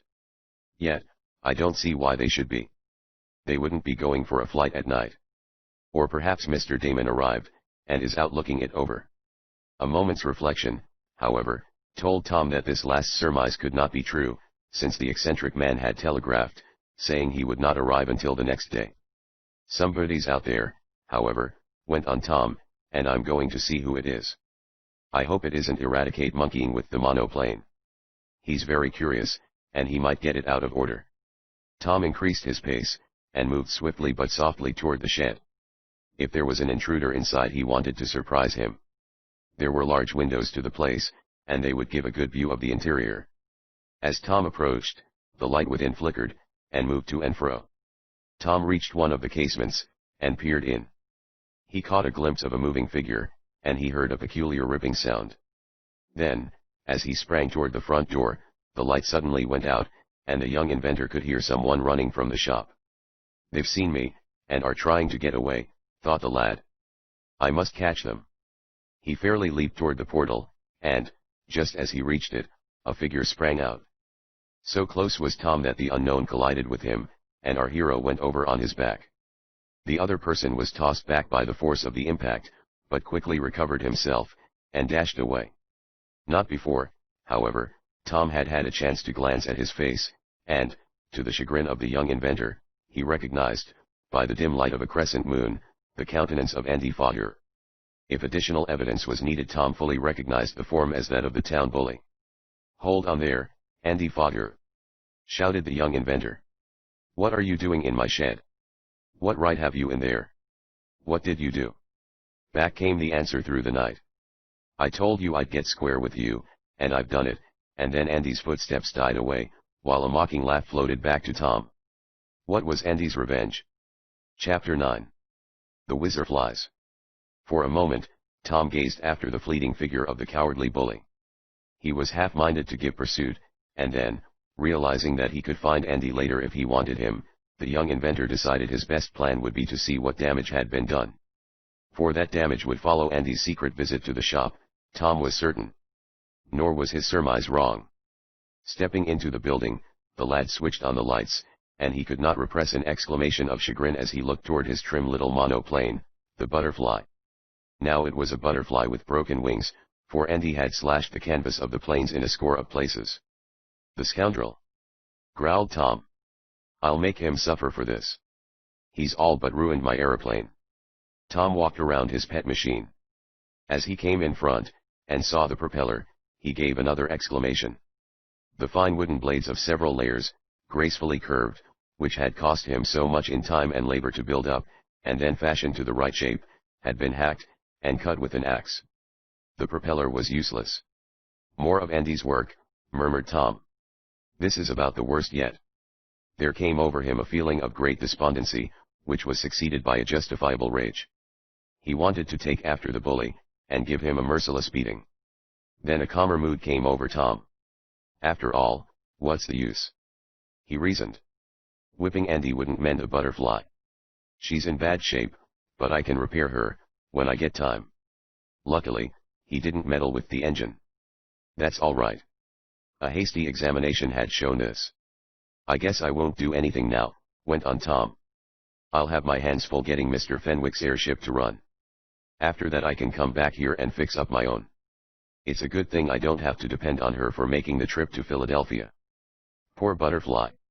You sure are in a bad way, and Tom felt almost as if he was talking to some living creature, so wrapped up was he in his trim little monoplane. After another disheartening look at his aircraft, the young inventor started to leave the shop. He looked at a door, the fastening of which Andy had broken to gain admittance. I should have had the burglar alarm working, and this would never have happened, reasoned Tom. All the buildings were arranged so that if anyone entered them after a certain hour, an alarm would ring in the house. But of late, the alarm had not been set, as Tom and his father were not working on any special inventions that needed guarding. It was due to this oversight that Andy was able to get in undetected. But it won't happen again, declared Tom, and he at once began connecting the burglar apparatus. He went into the house, and told his father and the engineer what had occurred. They were both indignant, and the engineer declared that he would sleep with one eye open all night, ready to respond to the first alarm.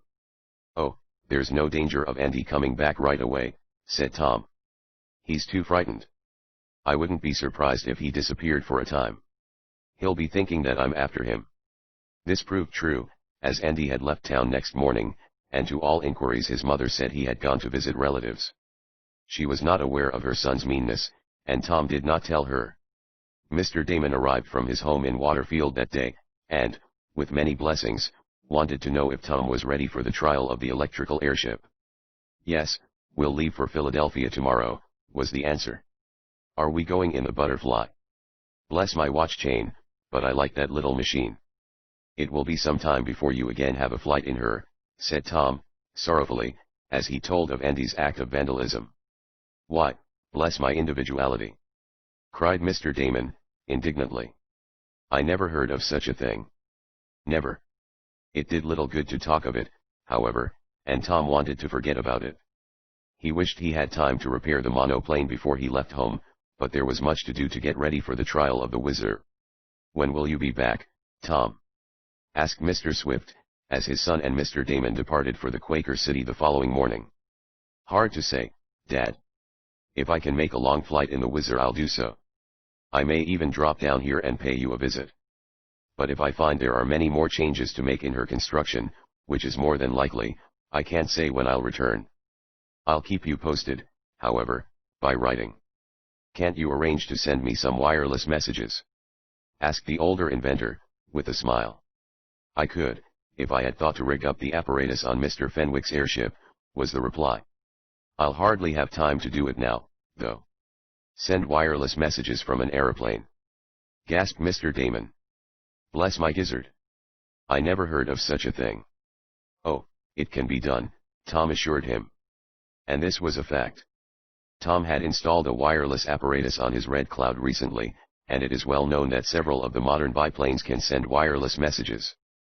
The crossing and bracing wires of the frame are used for sending wires, and in place of ground conductors there are trailers which hang below the aeroplane.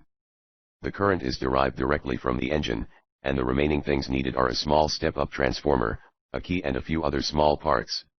Tom had gone a step farther than this, and had also arranged to receive wireless messages, though few modern aeroplanes are thus equipped as yet.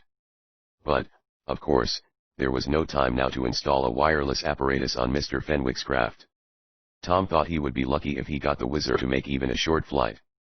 Well, let me hear from you when you can, requested Mr. Swift, and Tom promised. It was some time after that, and many strange things happened before Tom Swift again communicated with his father, at any length. The young inventor had bidden farewell to Miss Nestor the night previous. She stated that she had a message that day from her parents aboard the Resolute, which spoke a passing steamer. Mr. and Mrs. Nestor, and the other guests of Mr. Hosbrook were well, and anticipated a fine time on reaching the West Indies. Tom now said goodbye to his father, the housekeeper, and Mr. Jackson, not forgetting, of course, Eradicate Sampson. "Don't let Andy Fogger come sneaking around here, Rad," cautioned the young inventor. "'Deed I won't," exclaimed the colored man. "If he do, I'll have Boomerang kick him to pieces, and then I'll whitewash him so his own folks won't know him." "Oh, don't you worry, Massa Tom. Dat Andy won't do no funny business when I'm around." Tom laughed, and started for the station with Mr. Damon. They arrived in Philadelphia that afternoon, the trip being very slow, as compared with the one made by the monoplane. They found Mr. Fenwick anxiously awaiting them, and Tom at once started work on the airship. He kept at it until late that night, and resumed early the next morning. Many more changes and adjustments were made, and that afternoon, the young inventor said, "I think we'll give it a try out, Mr. Fenwick." "Do you mean make a flight?" "Yes, if she'll take it, but only a short one. I want to get her up in the air, and see how she behaves." "Well, if you find out, after you're up, that she does well, you may want to take a long flight," suggested Mr. Fenwick. "If you do, why I have everything aboard necessary for a long voyage. The Whizzer is well stocked with provisions."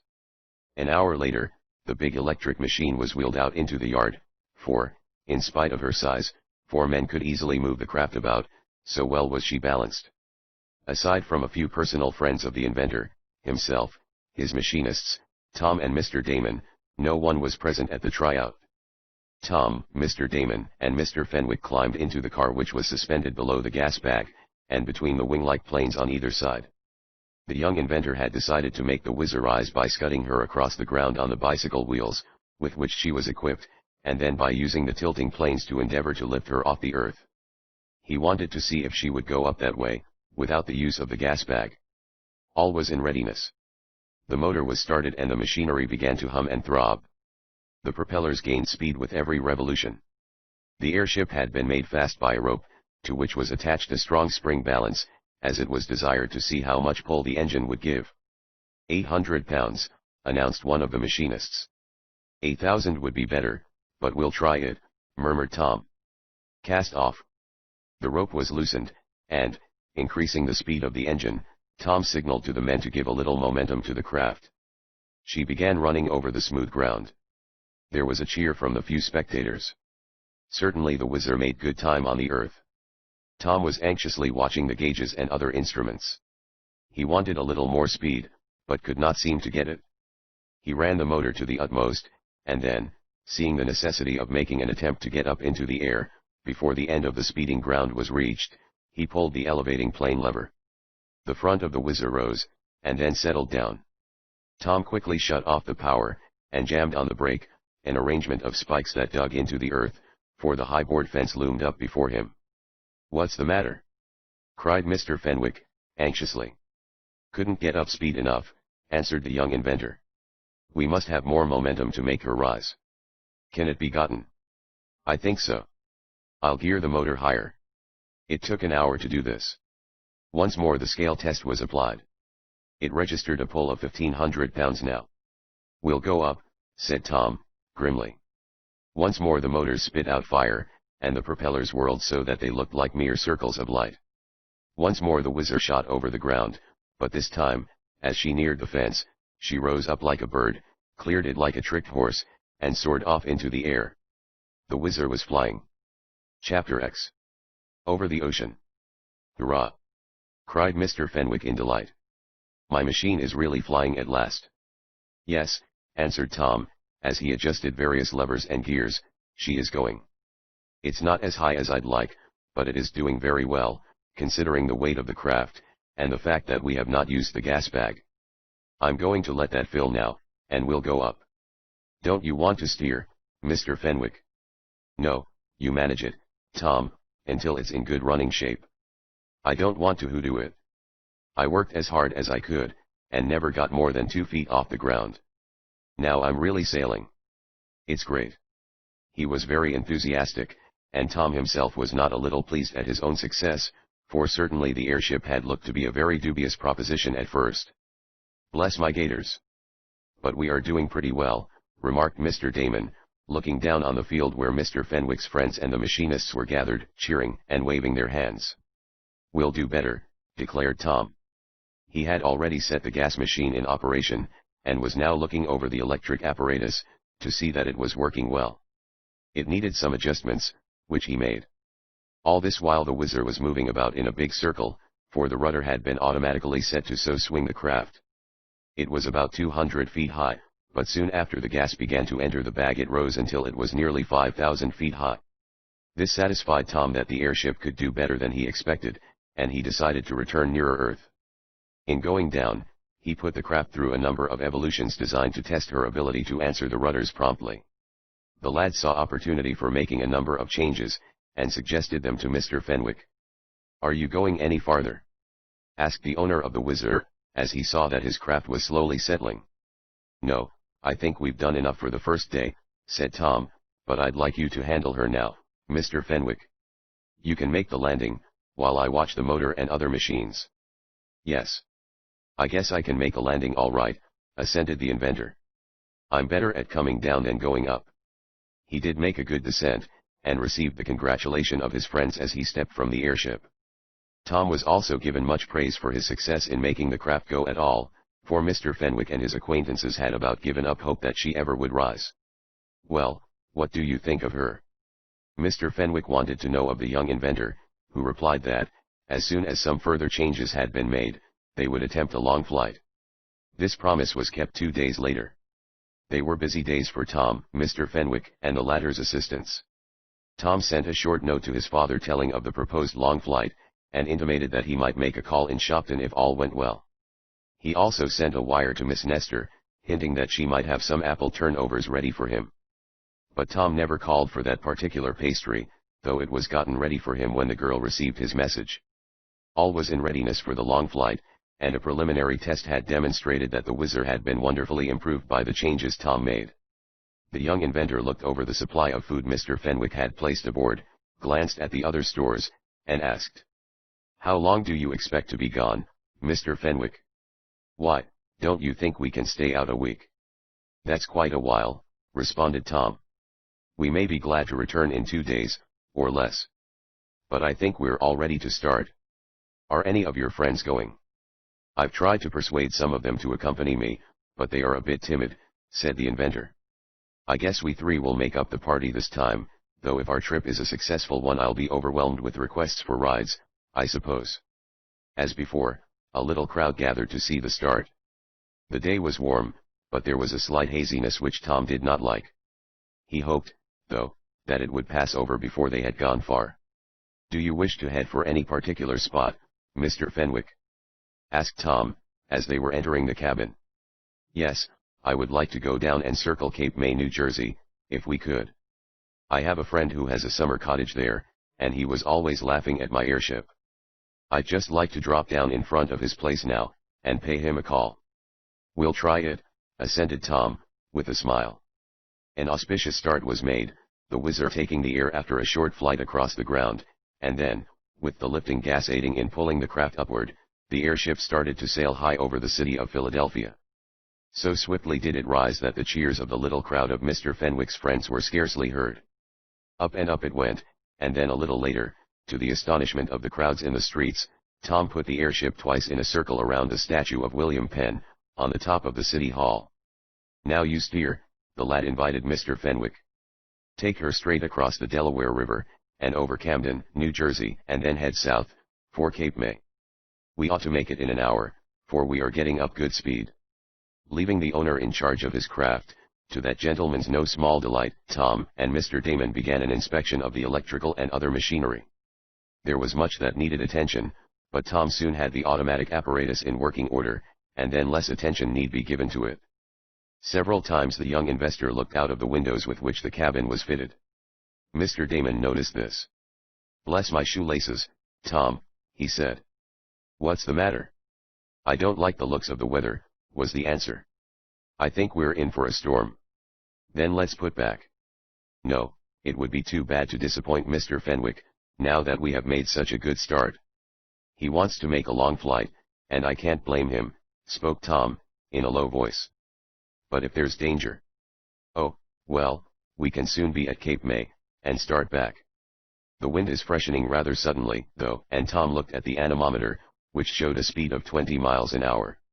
However, it was in their favor, aiding them to make faster time. The speed of the Whizzer was now about 40 miles an hour, not fast for an aircraft, but sufficiently speedy in trying out a new machine. Tom looked at the barograph, and noted that they had attained an altitude of 7,500 feet. That's better than millionaire Daxtel's distance of 7,105 feet, remarked the lad, with a smile, and it breaks Jackson's climb of 7,303 feet, which is pretty good for your machine, Mr. Fenwick. Do you really think so? Asked the pleased inventor. Yes. And we'll do better than that in time, but it's best to go slow at first, until we see how she is standing the strain. This is high and fast enough for the present. They kept on, and as Tom saw that the machinery was working well, he let it out a little. The Whizzer at once leaped forward, and, a little later they came within sight of Cape May, the Jersey coast resort. Now to drop down and visit my friend, said Mr. Fenwick, with a smile. Won't he be surprised? I don't think we'd better do it, said Tom. Why not?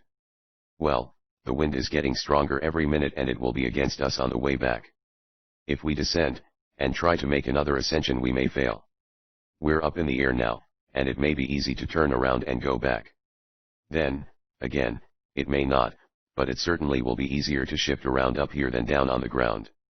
So I'd rather not descend, that is, not entirely to the ground. Well, just as you say, though I wanted my friend to know I could build a successful airship. Oh, we can get around that. I'll take her down as low as is safe, and fly over his house, if you'll point it out, and you can drop him a message in one of the pasteboard tubes we carry for that purpose. That's a good idea, assented Mr. Fenwick. I'll do it. Tom sent the Whizzer down until the hotels and cottages could be made out quite plainly. After looking with a pair of opera glasses, Mr. Fenwick picked out the residence of his friend, and Tom prepared to circle about the roof. By this time the presence of the airship had become known to hundreds, and crowds were eagerly watching it. There he is. There's my friend who didn't believe I would ever succeed, exclaimed Mr. Fenwick, pointing to a man who stood in the street in front of a large, white house. I'll drop him a message. One was in readiness in a weighted pasteboard cylinder, and soon it was falling downward. The airship was moving slowly, as it was beating against the wind. Leaning out of the cabin window, Mr. Fenwick shouted to his friend. Hey, Will. I thought you said my airship would never go. I'll come and give you a ride, someday. Whether the gentleman understood what Mr. Fenwick shouted at him is doubtful, but he saw the inventor waving his hand, and he saw the falling cylinder, and a look of astonishment spread over his face, as he ran to pick up the message. We're going up now, and we'll try to head for home, said Tom, a moment later, as he shifted the rudder. Bless my storage battery! Cried Mr. Damon. But we have had a fine trip. A much better one than we'll have going back, observed Tom, in a low voice. Why, what's the matter? Asked the eccentric man. The wind has increased to a gale, and will be dead against us, answered Tom. Mr. Fenwick was busy writing another message to drop, and he paid little attention to the young inventor. Tom sent the craft well up into the air, and then tried to turn it about, and head back for Philadelphia. No sooner had he done so than the airship was met by the full force of the wind, which was now almost a hurricane. It had steadily increased, but, as long as they were moving with it, they did not notice it so much. Once they attempted to stem its fury they found themselves almost helpless. Tom quickly realized this, and, giving up his intention of beating up against the wind, he turned the craft around, and let it fly before the gale, the propellers aiding to get up a speed of 70 miles an hour. Mr. Fenwick, who had dropped the last of his messages, came from his small private cabin, to where Mr. Damon and Tom were in a low-voiced conversation near the engines. The owner of the Whizzer happened to look down through a plate glass window in the floor of car. What he saw caused him to give a gasp of astonishment. Why? He exclaimed. We weary over the ocean. Yes, answered Tom, quietly, as he gazed down on the tumbling billows below them. They had quickly passed over Cape May, across the sandy beach, and were now well out over the Atlantic. Why are we out here? Asked Mr. Fenwick. Isn't it dangerous in an airship that hasn't been thoroughly tried yet? Dangerous? Yes, somewhat, replied Tom, slowly. But we can't help ourselves, Mr. Fenwick. We can't turn around and go back in this gale, and we can't descend. Then what's to be done? Nothing, except to keep on until the gale blows itself out. And how long will that be? I don't know, a week, maybe. Bless my coffee pot, I'm glad we've got plenty on board to eat, exclaimed Mr. Damon. Chapter 11. A Night of Terror. After the first shock of Tom's announcement, the two men, who were traveling with him in the airship, showed no signs of fear. Yet it was alarming to know that one was speeding over the mighty ocean, before a terrific gale, with nothing more substantial under one than a comparatively frail airship. Still Mr. Damon knew Tom of old, and had confidence in his ability, and, while Mr. Fenwick was not so well acquainted with our hero, he had heard much about him, and put faith in his skill to carry them out of their present difficulty. "Are you sure you can't turn around and go back?" asked Mr. Fenwick. His knowledge of air currents was rather limited. "It is out of the question," replied Tom, simply. "We would surely rip this craft to pieces if we attempted to buffet the storm." "Is it so bad, then?" asked Mr. Damon, forgetting to bless anything in the tense excitement of the moment. "It might be worse," was the reply of the young inventor. "The wind is blowing about 80 miles an hour at times, and to try to turn now would mean that we would tear the planes loose from the ship. True, we could still keep up by means of the gas bag, but even that might be injured. Going as we are, in the same direction as that in which the wind is blowing, we do not feel the full effect of it. But, perhaps, if we went lower down, or higher up, we could get in a different current of air," suggested Mr. Fenwick, who had made some study of aeronautics. "I'll try," assented Tom, simply. He shifted the elevating rudder, and the Whizzer began to go up, slowly, for there was great lateral pressure on her large surface. But Tom knew his business, and urged the craft steadily. The powerful electric engines, which were the invention of Mr. Fenwick, stood them in good stead, and the barograph soon showed that they were steadily mounting. "Is the wind pressure any less?" inquired Mr. Damon, anxiously. "On the contrary, it seems to be increasing," replied Tom, with a glance at the anemometer. "It's nearly 90 miles an hour now. Then, aided by the propellers, we must be making over 100 miles an hour," said the inventor. "We are 130, assented Tom. "We'll be blown across the ocean at this rate," exclaimed Mr. Damon. "Bless my soul! I didn't count on that."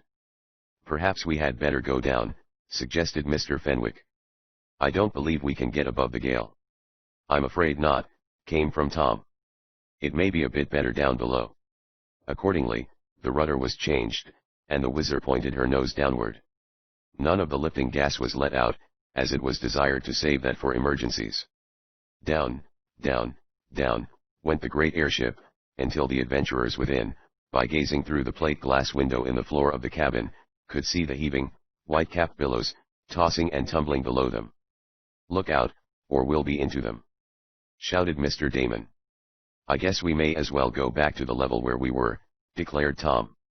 "The wind, both above and below that particular strata, is stronger, and we will be safer up above. Our only chance is to scud before it, until it has blown itself out. And I hope it will be soon." "Why?" asked Mr. Damon, in a low voice. "Because we may be blown so far that we cannot get back while our power holds out," and then Tom did not finish, but Mr. Damon knew what he meant, that in the tossing ocean, far from land, when the Whizzer, unable to float in the air any longer, should drop into the storm-enraged Atlantic. They were again on a level, where the gale blew less furiously than either above or below, but this was not much relief. It seemed as if the airship would go to pieces, so much was it swayed and tossed about. But Mr. Fenwick, if he had done nothing else, had made a staunch craft, which stood the travelers in good stead.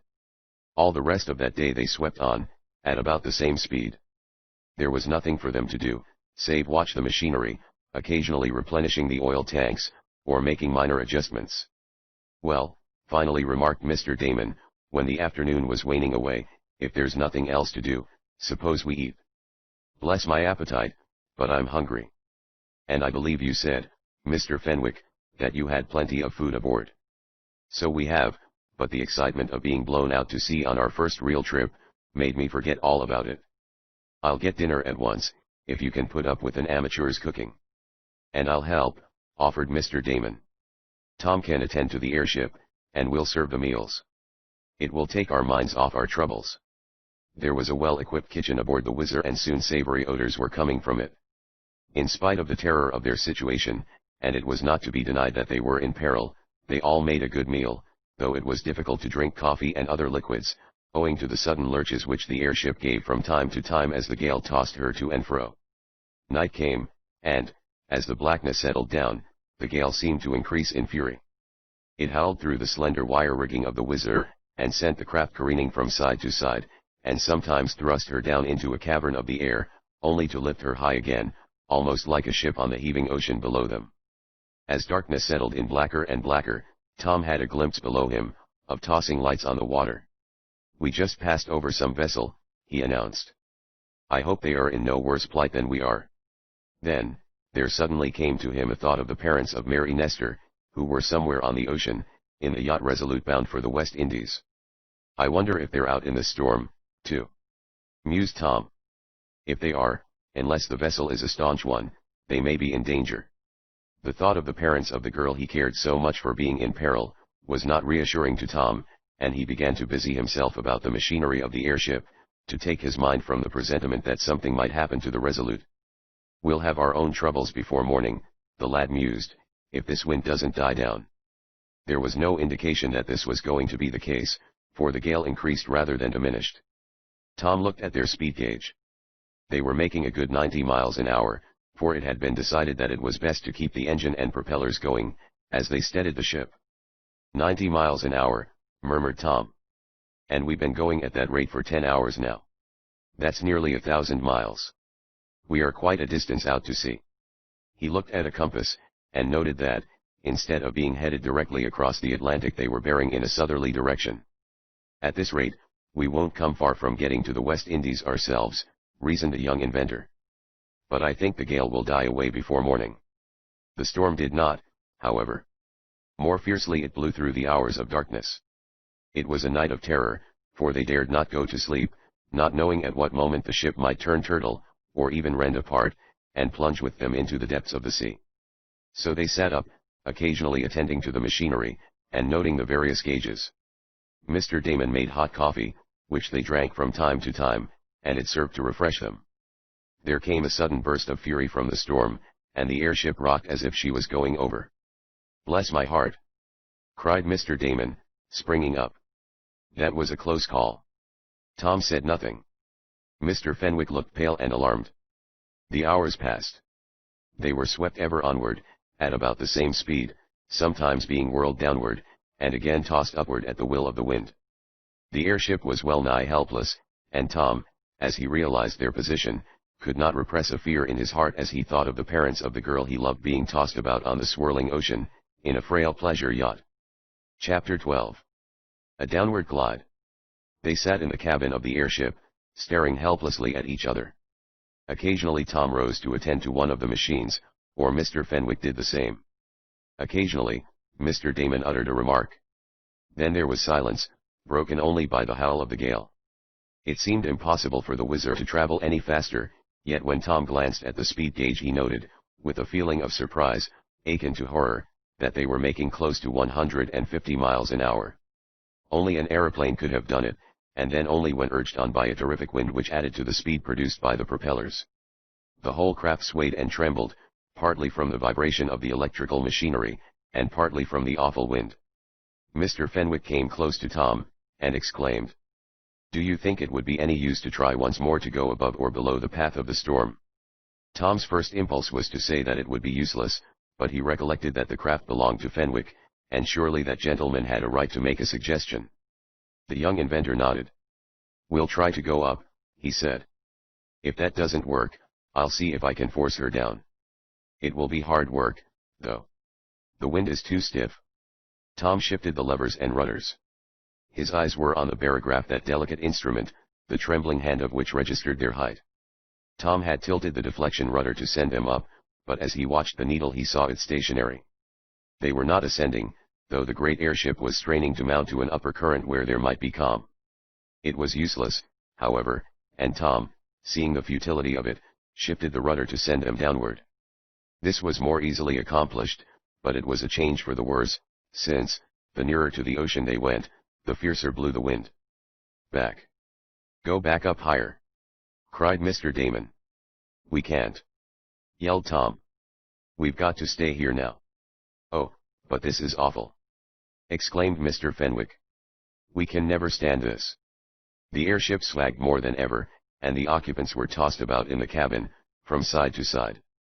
Indeed, it did seem that human beings never could come alive out of that fearful ordeal. As Tom looked from one of the windows of the cabin, he noted a pale, grayish sort of light outside. At first he could not understand what it was, then, as he observed the sickly gleams of the incandescent electric lamps, he knew that the hour of dawn was at hand. See! He exclaimed to his companions, pointing to the window. Morning is coming. Morning! Gasped Mr. Damon. Is the night over? Now, perhaps we shall get rid of the storm. I'm afraid not, answered Tom, as he noted the anemometer and felt the shudderings of the Whizzer as she careened on through the gale. It hasn't blown out yet. The pale light increased. The electrics seemed to dim and fade. Tom looked to the engines. Some of the apparatus was in need of oil, and he supplied it. When he came back to the main cabin, where stood Mr. Damon and Mr. Fenwick, it was much lighter outside. Less than a day since we left Philadelphia, murmured the owner of the Whizzer, as he glanced at a distance indicator, yet we have come nearly 1,600 miles. We certainly did travel top speed. I wonder where we are. Still over the ocean, replied Mr. Damon, as he looked down at the heaving billows rolling amid crests of foam far below them. Though what part of it would be hard to say. We'll have to reckon out our position when it gets calmer. Tom came from the engine room. His face wore a troubled look, and he said, addressing the older inventor. Mr. Fenwick, I wish you'd come and look at the gas-generating apparatus. It doesn't seem to be working properly. Anything wrong? Asked Mr. Damon, suspiciously. I hope not, replied Tom, with all the confidence he could muster. It may need adjusting. I am not so familiar with it as I am with the one on the Red Cloud. The gas seems to be escaping from the back, and we may have to descend, for some distance. But the aeroplanes will keep us up, said Mr. Damon. Yes, they will, and Tom hesitated. That is, unless something happens to them. They are rather frail to stand alone the brunt of the gale, and I wish. Tom did not complete the sentence. Instead, he paused suddenly and seemed to be intently listening. From without there came a rending, tearing, crashing sound. The airship quivered from end to end, and seemed to make a sudden dive downward. Then it appeared to recover, and once more glided forward. Tom, followed by Mr. Fenwick, made a rush for the compartment where the machine was installed. They had no sooner reached it than there sounded an explosion, and the airship recoiled as if it had hit a stone wall. Bless my shaving brush! What's that?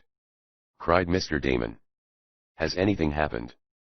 I'm rather afraid there has, answered Tom, solemnly. It sounded as though the gas bag went up. And I'm worried over the strength of the planes. We must make an investigation. We're falling! Almost screamed Mr. Fenwick, as he glanced at the barograph, the delicate needle of which was swinging to and fro, registering different altitudes. Bless my feather bed! So we are! Shouted Mr. Damon. Let's jump, and avoid being caught under the airship. He darted for a large window, opening from the main cabin, and was endeavoring to raise it when Tom caught his hand. What are you trying to do? Asked the lad, hoarsely. Save my life. I want to get out of this as soon as I can. I'm going to jump. Don't think of it. You'd be instantly killed. We're too high for a jump, even into the ocean. The ocean? Oh, is that still below us? Is there any chance of being saved? What can be done? Mr. Damon hesitated. We must first find out how badly we are damaged, said Tom, quietly.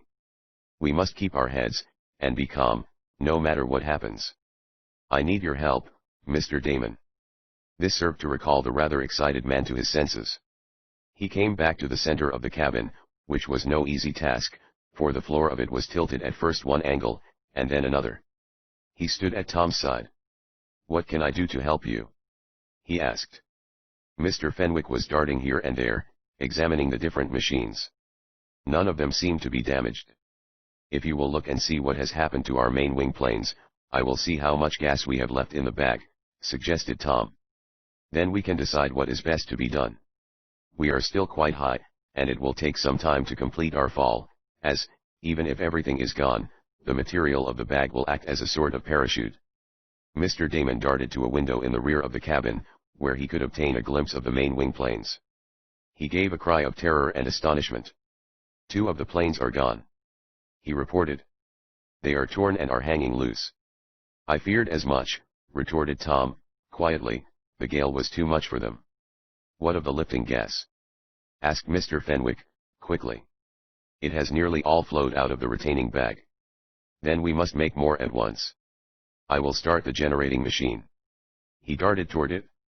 It will be useless, spoke Tom, quietly. Why? Because there is no bag left to hold it. The silk and rubber envelope has been torn to pieces by the gale. The wind is even stronger than it was last night. Then what's to be done? Demanded Mr. Damon, with a return of his alarmed and nervous manner. Bless my fingernails. What's to be done? For an instant Tom did not answer. It was constantly getting lighter, though there was no sun, for it was obscured by scudding clouds. The young inventor looked critically at the various gauges and indicators. Is there any chance for us? Asked Mr. Fenwick, quietly. I think so, answered Tom, with a hopeful smile. We have about 2,000 feet to descend, for we have fallen nearly that distance since the accident. 2,000 feet to fall, gasped Mr. Damon. We can never do it and live. I think so, spoke Tom. Bless my gizzard. How? Fairly exploded Mr. Damon. By volplaning down. But, even if we do, we will fall into the ocean, cried Mr. Fenwick. We will be drowned. No, and Tom spoke more quietly than before. We are over a large island. He went on, and I propose to let the disabled airship volplane down to it. That is our only chance. Over an island, cried Mr. Damon. He looked down through the floor observation window. Tom had spoken truly. At that moment they were over a large island, which had suddenly loomed up in the wild and desolate waste of the ocean. They had reached its vicinity just in time. Tom stepped to the steering and rudder levers, and took charge. He was going to attempt a most difficult feat, that of guiding a disabled airship back to Earth in the midst of a hurricane, and landing her on an unknown island. Could he do it? There was but one answer. He must try. It was the only chance of saving their lives, and a slim one at best. Down shot the damaged Whizzer like some giant bird with broken wings, but Tom Swift was in charge, and it seemed as if the craft knew it, as she began that earthward glide. Chapter 13. On Earthquake Island. Mingled feelings possessed the 3 adventurers within the airship. Mr. Damon and Mr. Fenwick had crowded to the window, as Tom spoke, to get a glimpse of the unknown island toward which they were shooting. They could see it more plainly now, from the forward casement, as well as from the one in the bottom of the craft. A long, narrow, rugged piece of land it was, in the midst of the heaving ocean, for the storm still raged and lashed the waves to foam. Can you make it? Asked Mr. Damon, in a low voice. I think so, answered Tom, more cheerfully. Shall I shut down the motor? Inquired the older inventor. Yes, you might as well. We don't need the propellers now, and I may be better able to make the glide without them. The buzzing and purring electrical apparatus was shut down. Silence reigned in the airship, but the wind still howled outside. As Tom had hoped, the ship became a little more steady with the stopping of the big curved blades, though had the craft been undamaged they would have served to keep her on an even keel. With skillful hand he so tilted the elevating planes that, after a swift downward glide, the head of the Whizzer would be thrown up, so to speak, and she would sail along in a plane parallel to the island. This had the effect of checking her momentum, just as the aviator checks the downward rush of his monoplane or biplane when he is making a landing. Tom repeated this maneuver several times, until a glance at his barograph showed that they had but a scant 60 feet to go. There was time but for one more upward throwing of the Whizzer's nose, and Tom held to that position as long as possible.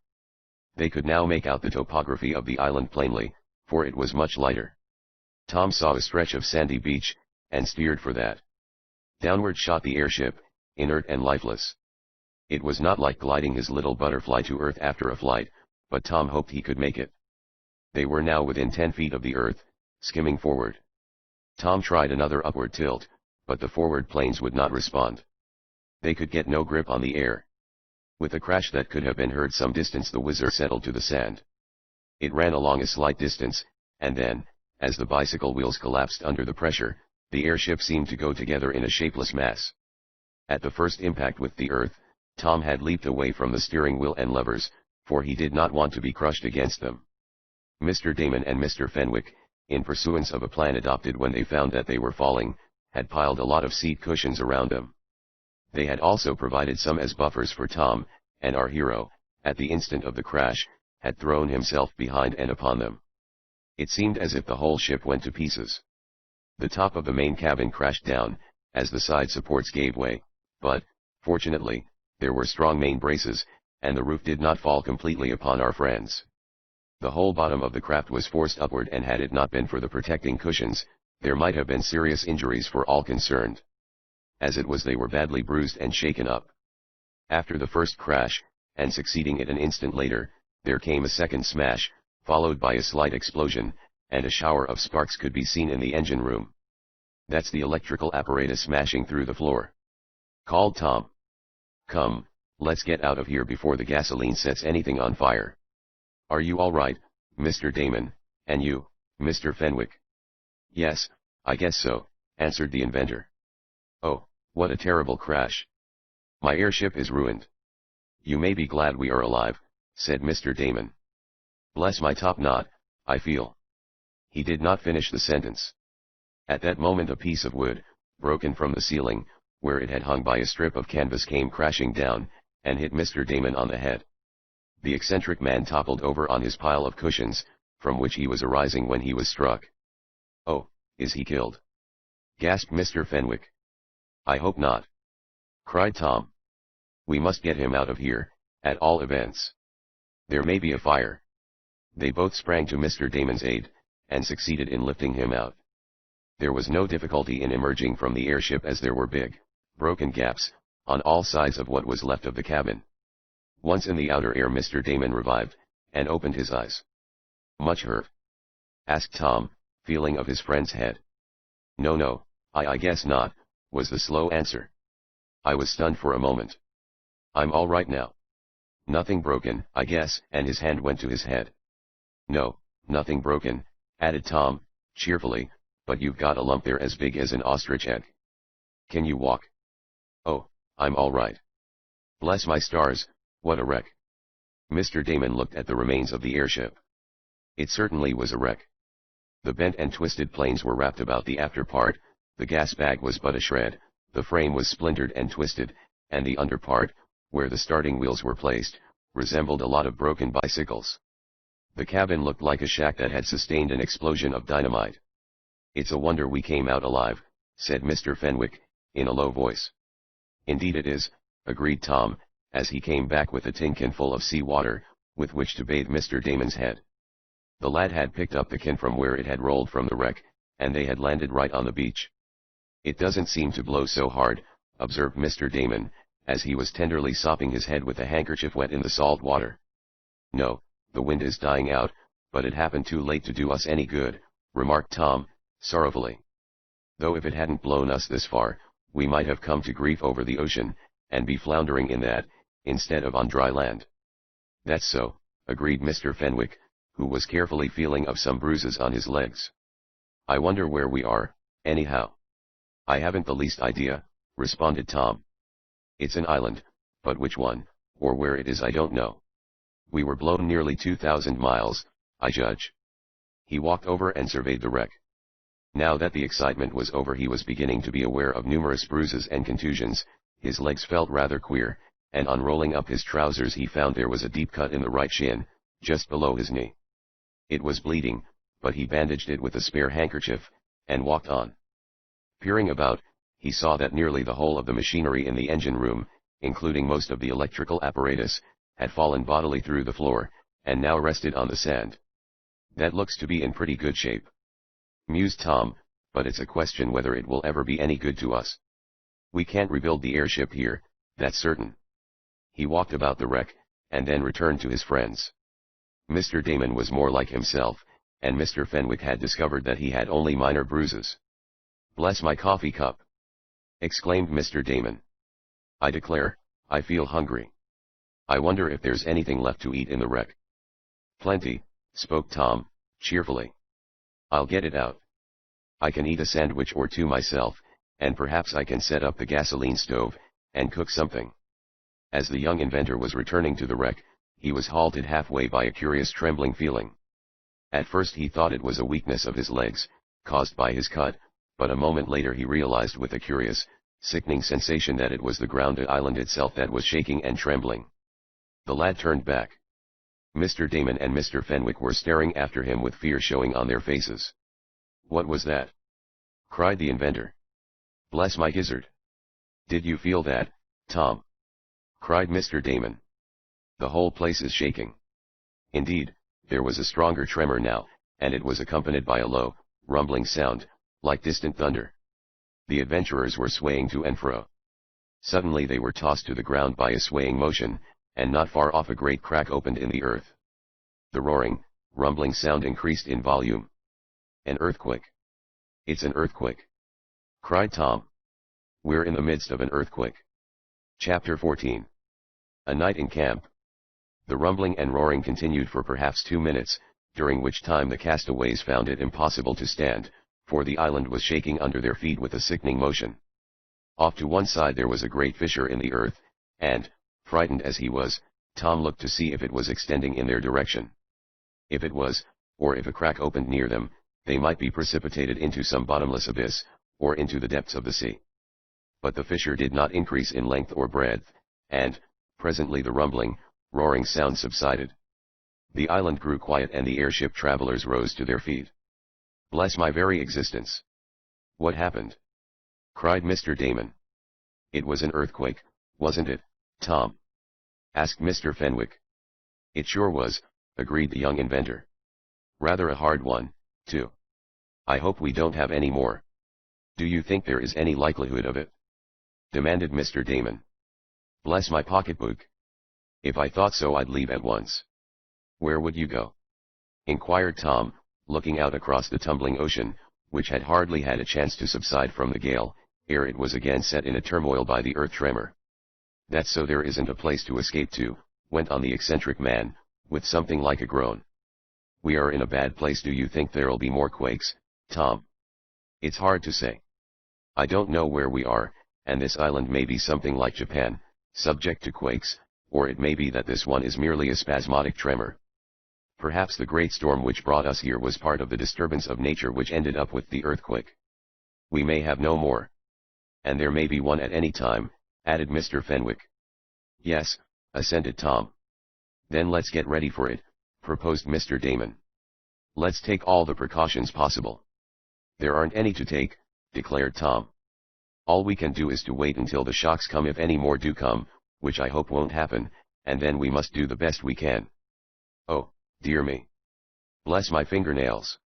cried Mr. Damon, wringing his hands. "This is worse than falling in an airship. There you do have some chance. Here you haven't any." "Oh, it may not be so bad," Tom cried to reassure him. "This may have been the first shock in 100 years, and there may never be another." But, as he looked around on the island, he noted evidences that it was of volcanic origin, and his heart misgave him, for he knew that such islands, created suddenly by a submarine upheaval, might just as suddenly be destroyed by an earthquake, or by sinking into the ocean. It was not a pleasant thought. It was like living over a mine, that might explode at any moment. But there was no help for it. Tom tried to assume a cheerfulness he did not feel. He realized that, in spite of his youth, both Mr. Damon and Mr. Fenwick rather depended on him, for Tom was a lad of no ordinary attainments, and had a fund of scientific knowledge. He resolved to do his best to avoid making his two companions worry. "Let's get it off our minds," suggested the lad, after a while. "We were going to get something to eat. Suppose we carry out that program. My appetite wasn't spoiled by the shock." "I declare mine wasn't either," said Mr. Damon, "but I can't forget it easily. It's the first earthquake I was ever in." He watched Tom as the latter advanced once more toward the wreck of the airship, and noticed that the lad limped, for his right leg had been cut when the Whizzer had fallen to earth. "What's the matter, Tom, were you hurt in the quake? Asked the eccentric man. No, no, Tom hastened to assure him. I just got a bump in the fall, that's all. It isn't anything. If you and Mr. Fenwick want to get out some food from the wrecked storeroom, I'll see if I can haul out the gasoline stove from the airship. Perhaps we can use it to make some coffee. By delving in about the wreck, Tom was able to get out the gasoline stove. It was broken, but 2 of the 5 burners were in commission, and could be used. Water, and gasoline for use in the airship, was carried in steel tanks. Some of these had been split open by the crash, but there was 1 cask of water left, and 3 of gasoline, ensuring plenty of the liquid fuel. As for the water, Tom hoped to be able to find a spring on the island. In the meanwhile, Mr. Damon and Mr. Fenwick had been investigating the contents of the storeroom. There was a large supply of food, much larger than would have been needed, even on a 2 weeks trip in the air, and the inventor of the Whizzer hardly knew why he had put so much aboard. But if we have to stay here long, it may come in handy, observed Tom, with a grim smile. Why, do you think we will be here long? Asked Mr. Damon. The young inventor shrugged his shoulders. There is no telling, he said. If a passing steamer happens to see us, we may be taken off today or tomorrow. If not, we may be here a week, or Tom did not finish. He stood in a listening attitude. There was a rumbling sound, and the earth seemed again to tremble. Then there came a great splash in the water at the foot of a tall, rugged cliff about a quarter of a mile away. A great piece of the precipice had fallen into the ocean. I thought that was another earthquake coming, said Mr. Damon, with an air of relief. So did I, admitted Mr. Fenwick. It was probably loosened by the shock, and so fell into the sea, spoke Tom. Their momentary fright over, the castaways proceeded to get their breakfast. Tom soon had water boiling on the gasoline stove, for he had rescued a tea kettle and a coffee pot from the wreck of the kitchen of the airship. Shortly afterward, the aroma of coffee filled the air, and a little later there was mingled with it the appetizing odor of sizzling bacon and eggs, for Mr. Fenwick, who was very fond of the latter, had brought along a supply, carefully packed in sawdust carriers, so that the shock had broken only a few of them. Well, I call this a fine breakfast, exclaimed Mr. Damon, munching his bacon and eggs, and dipping into his coffee the hard pilot biscuit, which they had instead of bread. We're mighty lucky to be eating at all, I suppose. Indeed we are, chimed in Mr. Fenwick. I'm awfully sorry the airship is wrecked, though, spoke Tom. I suppose it's my fault. I should have turned back before we got over the ocean, and while the storm was not at its height. I saw that the wind was freshening, but I never supposed it would grow to a gale so suddenly. The poor old Whizzer, there's not much left of her. Now don't distress yourself in the least, insisted Mr. Fenwick. I'm proud to have built a ship that could navigate at all. I see where I made lots of mistakes, and as soon as I get back to Philadelphia, I'm going to build a better one, if you'll help me, Tom Swift. I certainly will, promised the young inventor. And I'll take a voyage with you, cried Mr. Damon. Bless my teaspoon, Tom, but will you kindly pass the bacon and eggs again? There was a jolly laugh at the eccentric man, in which he himself joined, and the little party felt better. They were seated on bits of broken boxes taken from the wreck, forming a little circle about the gasoline stove, which Tom had set up on the beach.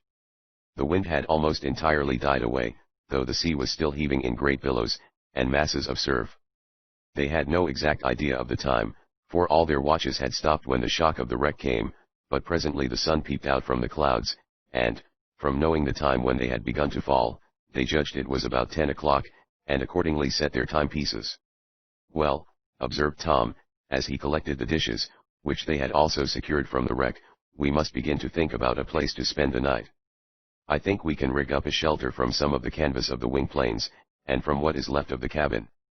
It doesn't need to be very heavy, for from the warmth of the atmosphere, I should say we were pretty well south. It was quite warm, now that the storm was over, and, as they looked at the vegetation of the island, they saw that it was almost wholly tropical. I shouldn't be surprised if we were on one of the smaller of the West Indian islands, said Tom. We certainly came far enough, flying 100 miles or more an hour, to have reached them. But this one doesn't appear to be inhabited. We haven't been all over it yet, said Mr. Damon. We may find cannibals on the other side. Cannibals don't live in this part of the world, Tom assured him. No, I think this island is practically unknown. The storm brought us here, and it might have landed us in a worse place. As he spoke he thought of the yacht Resolute, and he wondered how her passengers, including the parents of Mary Nestor, had fared during the terrible blow. I hope they weren't wrecked, as we were, mused Tom. But there was little time for idle thoughts. If they were going to build a shelter, they knew that they must speedily get at it. Accordingly, with a feeling of thankfulness that their lives had been spared, they set to work taking apart such of the wreck as could the more easily be got at. Boards, sticks, and planks were scattered about, and, with the pieces of canvas from the wing planes, and some spare material which was carried on board, they soon had a fairly good shack, which would be protection enough in that warm climate. Next they got out the food and supplies, their spare clothing and other belongings, few of which had been harmed in the fall from the clouds. These things were piled under another rude shelter which they constructed.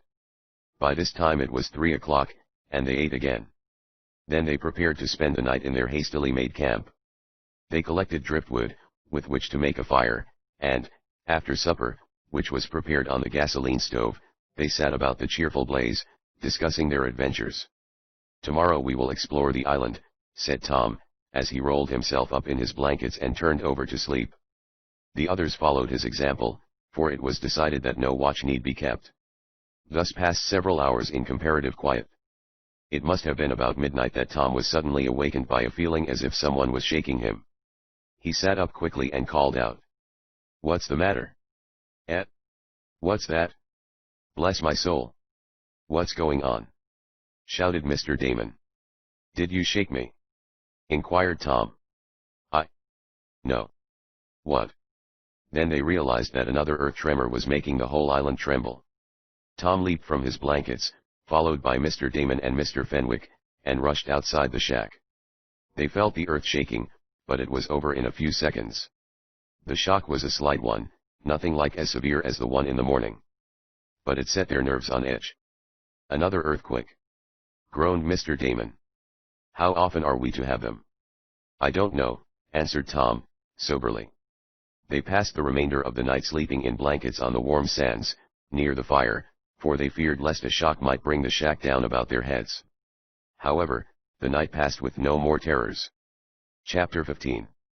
The Other Castaways. "Well, we're all alive, at any rate," announced Tom, when the bright sun, shining into his eyes, had awakened him. He sat up, tossed aside his blankets, and stood up. The day was a fine one, and the violence of the sea had greatly subsided during the night. Their shack had suffered not at all from the slight shock in the darkness. "Now for a dip in Old Brinny," the lad added, as he walked down to the surf. "I think it will make me feel better." "I'm with you," added Mr. Fenwick, and Mr. Damon also joined the bathers. They came up from the waves, tingling with health, and their bruises and bumps, including Tom's cut leg, felt much better. "You did get quite a gash, didn't you?" observed Mr. Fenwick, as he noticed Tom's leg. "Better put something on it." "I have antiseptic dressings and bandages in the airship, if we can find them." "I'll look for them, after breakfast," Tom promised, and following a fairly substantial meal, considering the exigencies under which it was prepared, he got out the medicine chest, of which part remained in the wreck of the Whizzer, and dressed his wound. He felt much better after that. "Well, what's our program for today?" Mr. Damon wanted to know, as they sat about, after they had washed up what few dishes they used. "Let's make a better house to stay in," proposed Mr. Fenwick. "We may have to remain here for some time, and I'd like a more substantial residence." "I think the one we now have will do," suggested Tom. "I was going to propose making it even less substantial." "Why so?" "Because, in the event of an earthquake, while we are sleeping in it, we will not be injured. Made of light pieces of wood and canvas, it can't harm us very much if it falls on us." "That's right," agreed Mr. Damon. "In earthquake countries all the houses are low, and built of light materials." "Ha! So I recollect now," spoke Mr. Fenwick. "I used to read that in my geography, but I never thought it would apply to me." "But do you think we will be subject to the quakes?" "I'm afraid so," was Tom's reply. "We've had two, now, within a short time, and there is no way of telling when the next will come. We will hope there won't be any more, but—" He did not finish his sentence, but the others knew what he meant. Thereupon they fell to work, and soon had made a shelter that, while very light and frail, would afford them all the protection needed in that mild climate, and, at the same time, there would be no danger should an earthquake collapse it, and bring it down about their heads while they were sleeping in it. For they decided that they needed some shelter from the night dews, as it was exceedingly uncomfortable to rest on the sands even wrapped in blankets, and with a driftwood fire burning nearby. It was noon when they had their shack rebuilt to their liking, and they stopped for dinner. There was quite a variety of stores in the airship, enough for a much larger party than that of our three friends, and they varied their meals as much as possible. Of course all the stuff they had was canned, though there are some salted and smoked meats. But canned food can be had in a variety of forms nowadays, so the castaways did not lack much. "What do you say to an exploring expedition this afternoon?" asked Tom, as they sat about after dinner. "We ought to find out what kind of an island we're on." "I agree with you," came from Mr. Fenwick. "Perhaps on the other side we will stand a much better chance of speaking some passing vessel. I have been watching the horizon for some time, now, but I haven't seen the sign of a ship." "All right, then we'll explore, and see what sort of an island we have taken possession of," went on Tom. "And see if it isn't already in possession of natives or cannibals," suggested Mr. Damon. "Bless my frying pan. But I should hate to be captured by cannibals at my time of life." "Don't worry, there are none here," Tom assured him again. They set out on their journey around the island. They agreed that it would be best to follow the beach around, as it was easier walking that way, since the interior of the place consisted of rugged rocks in a sort of miniature mountain chain. "We will make a circuit of the place," proposed Tom, "and then, if we can discover nothing, we'll go inland. The center of the island is quite high, and we ought to be able to see in any direction for a great distance from the topmost peak. We may be able to signal a vessel." "I hope so," cried Mr. Damon. "I want to send word home that I am all right. My wife will worry when she learns that the airship, in which I set out, has disappeared." "I fancy we all would like to send word home," added Mr. Fenwick. "My wife never wanted me to build this airship, and, now that I have sailed in it, and have been wrecked, I know she'll say I told you so, as soon as I get back to Philadelphia." Tom said nothing, but he thought to himself that it might be some time before Mrs. Fenwick would have a chance to utter those significant words to her husband. Following the beach line, they walked for several miles. The island was larger than they had supposed, and it soon became evident that it would take at least a day to get all around it. "In which case we will need some lunch with us," said Tom. "I think the best thing we can do now is to return to camp, and get ready for a longer expedition tomorrow." Mr. Fenwick was of the same mind, but Mr. Damon called out, "Let's go just beyond that cliff, and see what sort of a view is to be had from there. Then we'll turn back." To oblige him they followed. They had not gone more than 100 yards toward the cliff, then there came the preliminary rumbling and roaring that they had come to associate with an earthquake. At the same time, the ground began to shiver and shake. "Here comes another one," cried Tom, reeling about. He saw Mr. Damon and Mr. Fenwick topple to the beach. The roaring increased, and the rumbling was like thunder, close at hand. The island seemed to rock to its very center. Suddenly the whole cliff toward which they had been walking, appeared to shake itself loose. In another instant it was flung outward and into the sea, a great mass of rock and stone. The island ceased trembling, and the roaring stopped. Tom rose to his feet, followed by his companions. He looked toward the place where the cliff had been. Its removal by the earthquake gave them a view of a part of the beach that had hitherto been hidden from them. And what Tom saw caused him to cry out in astonishment. For he beheld, gathered around a little fire on the sand, a party of men and women. Some were standing, clinging to one another in terror. Some were prostrate on the ground. Others were running to and fro in bewilderment. "More castaways!" cried Tom. "More castaways, and," he added under his breath, "more unfortunates on Earthquake Island." Chapter 16. An alarming theory. For a few seconds, following Tom's announcement to his two companions, neither Mr. Damon nor Mr. Fenwick spoke. They had arisen from the beach, where the shock of the earthquake had thrown them, and were now staring toward the other band of castaways, who, in turn were gazing toward our three friends. There was a violent agitation in the sea, caused by the fall of the great cliff, and immense waves rushed up on shore, but all the islanders were beyond the reach of the rollers. "Is it do I really am I dreaming or not?" at length gasped Mr. Damon. Is this a mirage, or do we really see people, Tom? Inquired Mr. Fenwick. They are real enough people, replied the lad, himself somewhat dazed by the unexpected appearance of the other castaways. But how did they get here? Went on the inventor of the Whizzer. As long as they're not cannibals, we're all right, murmured Mr. Damon. They seem to be persons like ourselves, Tom. They are, agreed the lad, and they appear to be in the same sort of trouble as ourselves. Let's go forward, and meet them. The tremor of the earthquake had now subsided, and the little band that was gathered about a big fire of driftwood was calmer. Those who had fallen, or who had thrown themselves on the sand, arose, and began feeling of their arms and legs to see if they had sustained any injuries. Others advanced toward our friends. 9 of them, murmured Tom, as he counted the little band of castaways, and they don't seem to have been able to save much from the wreck of their craft, whatever it was. The beach all about them was bare, save for a boat drawn up out of reach of high water. Do you suppose they are a party from some disabled airship, Tom? Asked Mr. Fenwick. Not from an airship, answered the lad. Probably from some vessel that was wrecked in the gale. But we will soon find out who they are. Tom led the way for his 2 friends. The fall of the cliff had made a rugged path around the base of it, over rocks, to where the other people stood. Tom scrambled in and out among the boulders, in spite of the pain it caused his wounded leg. He was anxious to know who the other castaways were, and how they had come there. Several of the larger party were now advancing to meet the lad and his friends. Tom could see 2 women and 7 men. A moment later, when the lad had a good view of one of the ladies and a gentleman, he could not repress a cry of astonishment. Then he rubbed his eyes to make sure it was not some blur or defect of vision. No, his first impression had been correct. Mr. Nestor! Cried Tom, recognizing the father of his girlfriend. And Mrs. Nestor! He added a moment later. Why of all things look Amos, it can't be possible, and yet why, it's Tom Swift! Cried the lady. Tom Swift here! Ejaculated the man at her side. Yes, Tom Swift, the young inventor of Shopton-Donty, you know, the lad who saved Mary's life in the runaway. Tom Swift! Tom Swift! Murmured Mr. Nestor. Is it possible?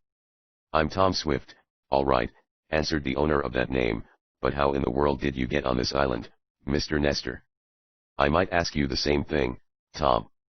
The yacht Resolute, on which we were making a voyage to the West Indies, as guests of Mr. George Hosbrook, was wrecked in the awful gale. We took to the boats and managed to reach this island. The yacht sunk, and we only had a little food. We are almost starved. But how came you here? Mr. Fenwick's airship was wrecked, and we dropped down here. What a coincidence. To think that I should meet you here. But if you're hungry, it's the best thing in the world that we met you, for, though our airship was wrecked, we have a large supply of food. Come over to our camp, and we'll give you all you want. Tom had rushed forward, and was shaking hands with Mary's parents, so unexpectedly met with, when Mr. Nestor called out. Come over here, Mr. Hosbrook. I want you to meet a friend of mine. A moment later, the millionaire owner of the ill-fated Resolute was shaking hands with Tom. I can't understand it, Mr. Hosbrook said. To think of meeting other people on this desolate island, this island of earthquakes. Oh, please don't speak of earthquakes! Cried Mrs. Nestor.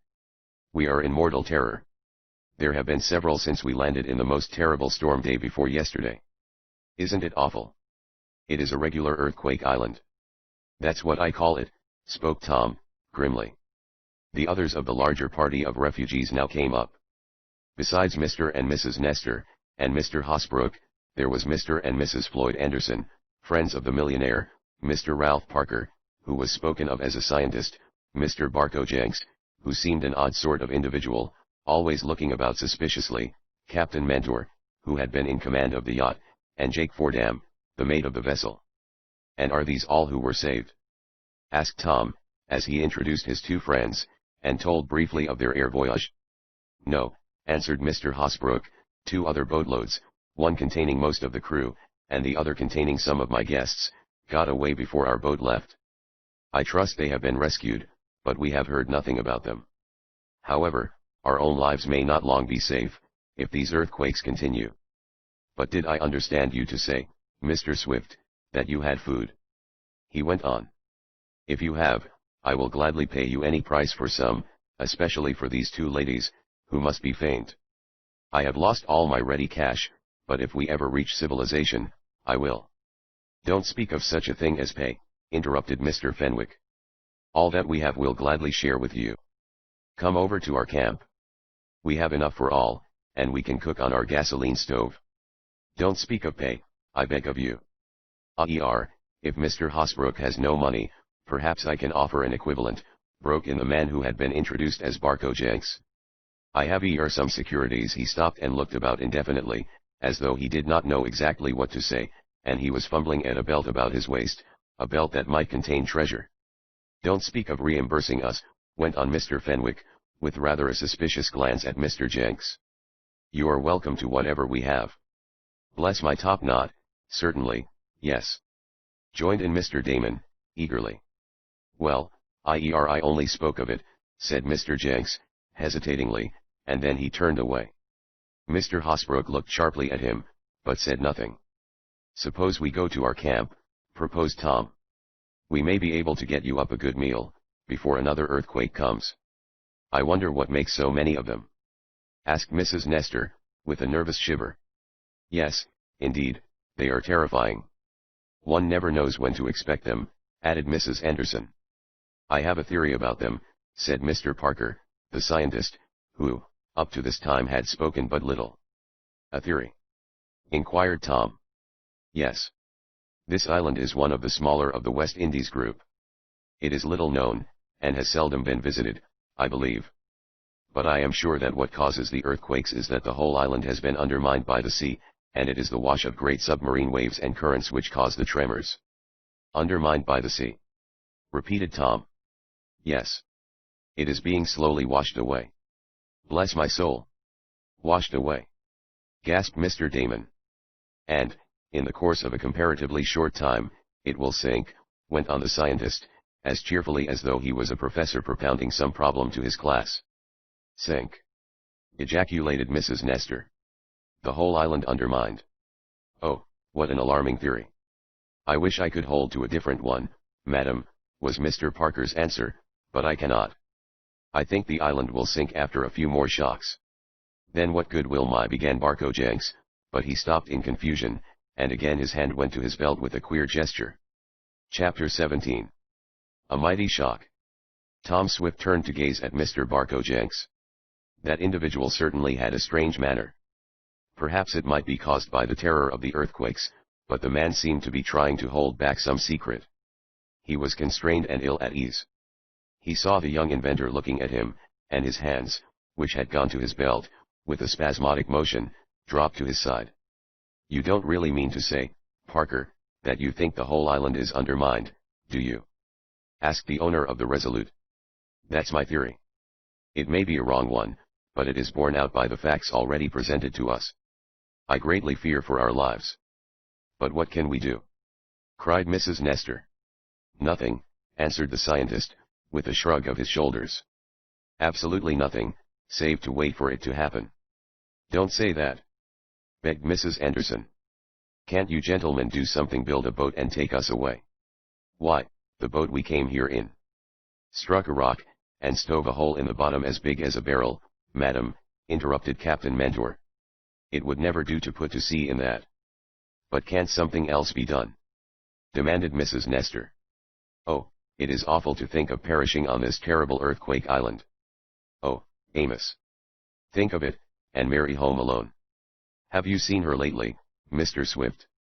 Tom told of his visit to the Nestors' home. Our hero was almost in despair, not so much for himself, as for the unfortunate women of the party, and one of them was Mary's mother. Yet what could he do? What chance was there of escaping from the earthquake? Bless my gizzard! Exclaimed Mr. Damon. Don't let's stand here worrying. If you folks are hungry, come up to our camp. We have plenty. Afterward we can discuss means of saving ourselves. I want to be saved, exclaimed Mr. Jenks. I must be saved. I have a great secret, a secret. Once more he paused in confusion, and once more his hands nervously sought his belt. I would give a big reward to be saved, he murmured. And so, I fancy, we all would, added Captain Mentor. But we are not likely to. This island is out of the track of the regular line of vessels. Where are we, anyhow? Inquired Mr. Fenwick. What island is this? It isn't down on the charts, I believe, was the captain's reply, but we won't be far out, if we call it Earthquake Island. That name seems to fit it exactly. They had walked on, while talking, and now had gone past the broken cliff.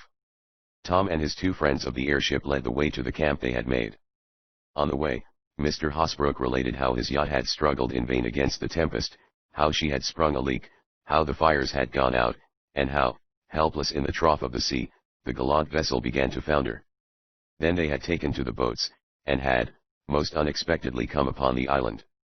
And since we landed we have had very little to eat, said Mrs. Nestor. We haven't had a place to sleep, and it has been terrible. Then, too, the earthquakes. And my husband and I worried so about Mary. Oh, Mr. Swift. Do you think there is any chance of us ever seeing her again? I don't know, answered Tom, softly. I'll do all I can to get us off this island. Perhaps we can build a raft, and set out. If we stay here there is no telling what will happen, if that scientist's theory is correct. But there is our camp, just ahead. You will be more comfortable, at least for a little while. In a short time they were at the place where Tom and the others had built the shack. The ruins of the airship were examined with interest, and the two women took advantage of the seclusion of the little hut, to get some much-needed rest until a meal should be ready. One was soon in course of preparation by Tom and Mr. Damon, aided by Mate Fordham, of the Resolute. Fortunate it was that Mr. Fenwick had brought along such a supply of food, for there were now many mouths to feed. That the supper, which the meal really was, for it was getting late, was much enjoyed, goes without saying. The yacht castaways had subsisted on what little food had been hurriedly put into the lifeboat, as they left the vessel. At Tom's request, while it was yet light, Captain Mentor and some of the men hunted for a spring of fresh water, and found one, for, with the increase in the party, the young inventor saw the necessity for more water. The spring gave promise of supplying a sufficient quantity. There was plenty of material at hand for making other shacks, and they were soon in course of construction. They were made light, as was the one Tom and his friends first built, so that, in case of another shock, no one would be hurt seriously.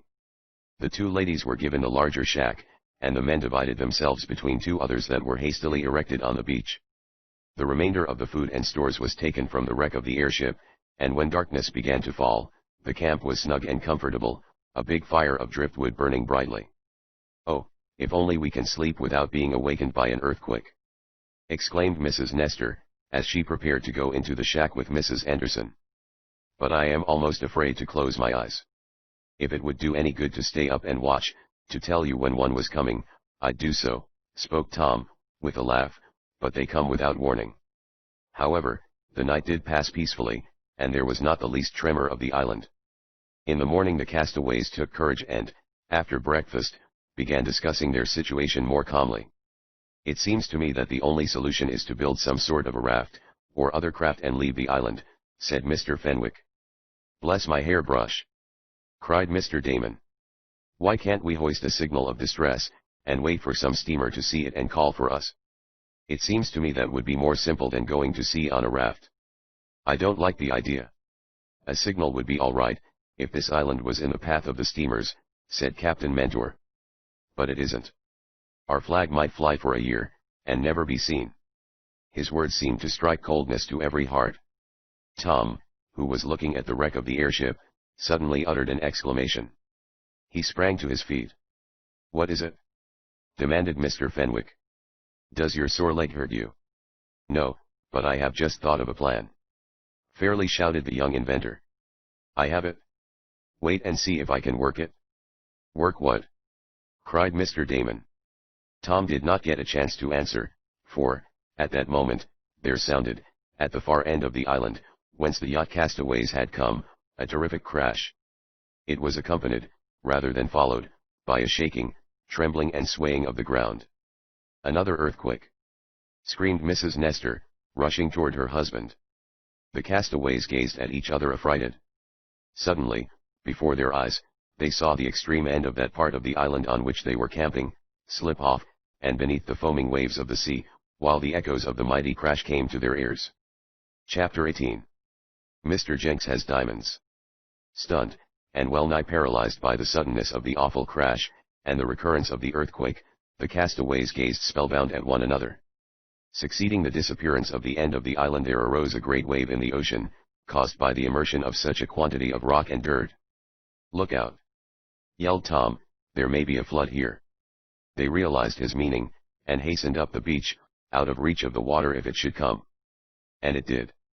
At first the ocean retreated, as though the tide was going out, then, with a rush and roar, the waves came leaping back, and, had the castaways remained where they had been standing they would have been swept out to sea. As it was the flood reached part of the wreck of the airship, that lay on the beach, and washed away some of the broken planks. But, after the first rush of water, the sea grew less troubled, and there was no more danger from that source.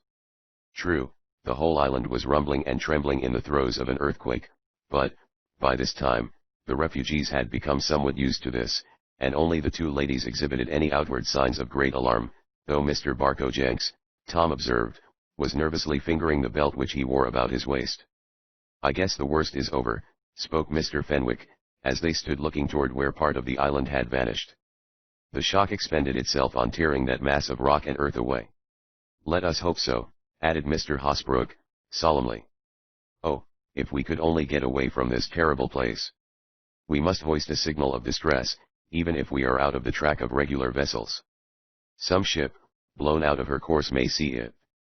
Captain Mentor, I wish you and Mr. Fordham would attend to that." "I will, sir," answered the commander of the ill-fated Resolute. "The signal shall be hoisted at once. Come on, Mr. Fordham," he added, turning to the first mate.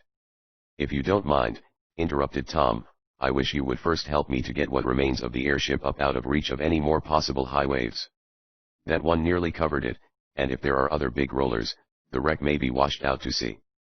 "I can't see that any great harm would result from that," put in Mr. Jenks. "There isn't anything about the wreck that we could use to make a boat or raft from. Indeed, there was little left of the airship, save the mass of machinery." "Well, it may come in handy before we leave here," said Tom, and there was a quiet determined air about him, that caused Mr. Damon to look at him curiously. The odd gentleman started to utter one of his numerous blessings, and to ask Tom a question, but he thought better of it. By this time the earthquake had ceased, and the castaways were calmer. Tom started toward the airship wreck, and began pulling off some broken boards to get at the electrical machinery. "I guess you had better give Mr. Swift a hand, Captain Mentor," spoke the millionaire yacht owner. "I don't know what good the wreck can be, but we owe considerable to Mr. Swift and his friends, and the least we can do is to aid them in anything they ask.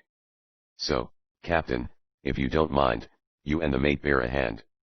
In fact, we'll all help, and move the wreck so far up that there will be no danger, even from tidal waves." Tom looked pleased at this order, and soon he and all the men in the little party were busy taking out the electrical apparatus, and moving it farther inland. "What are you going to do with it, Tom?"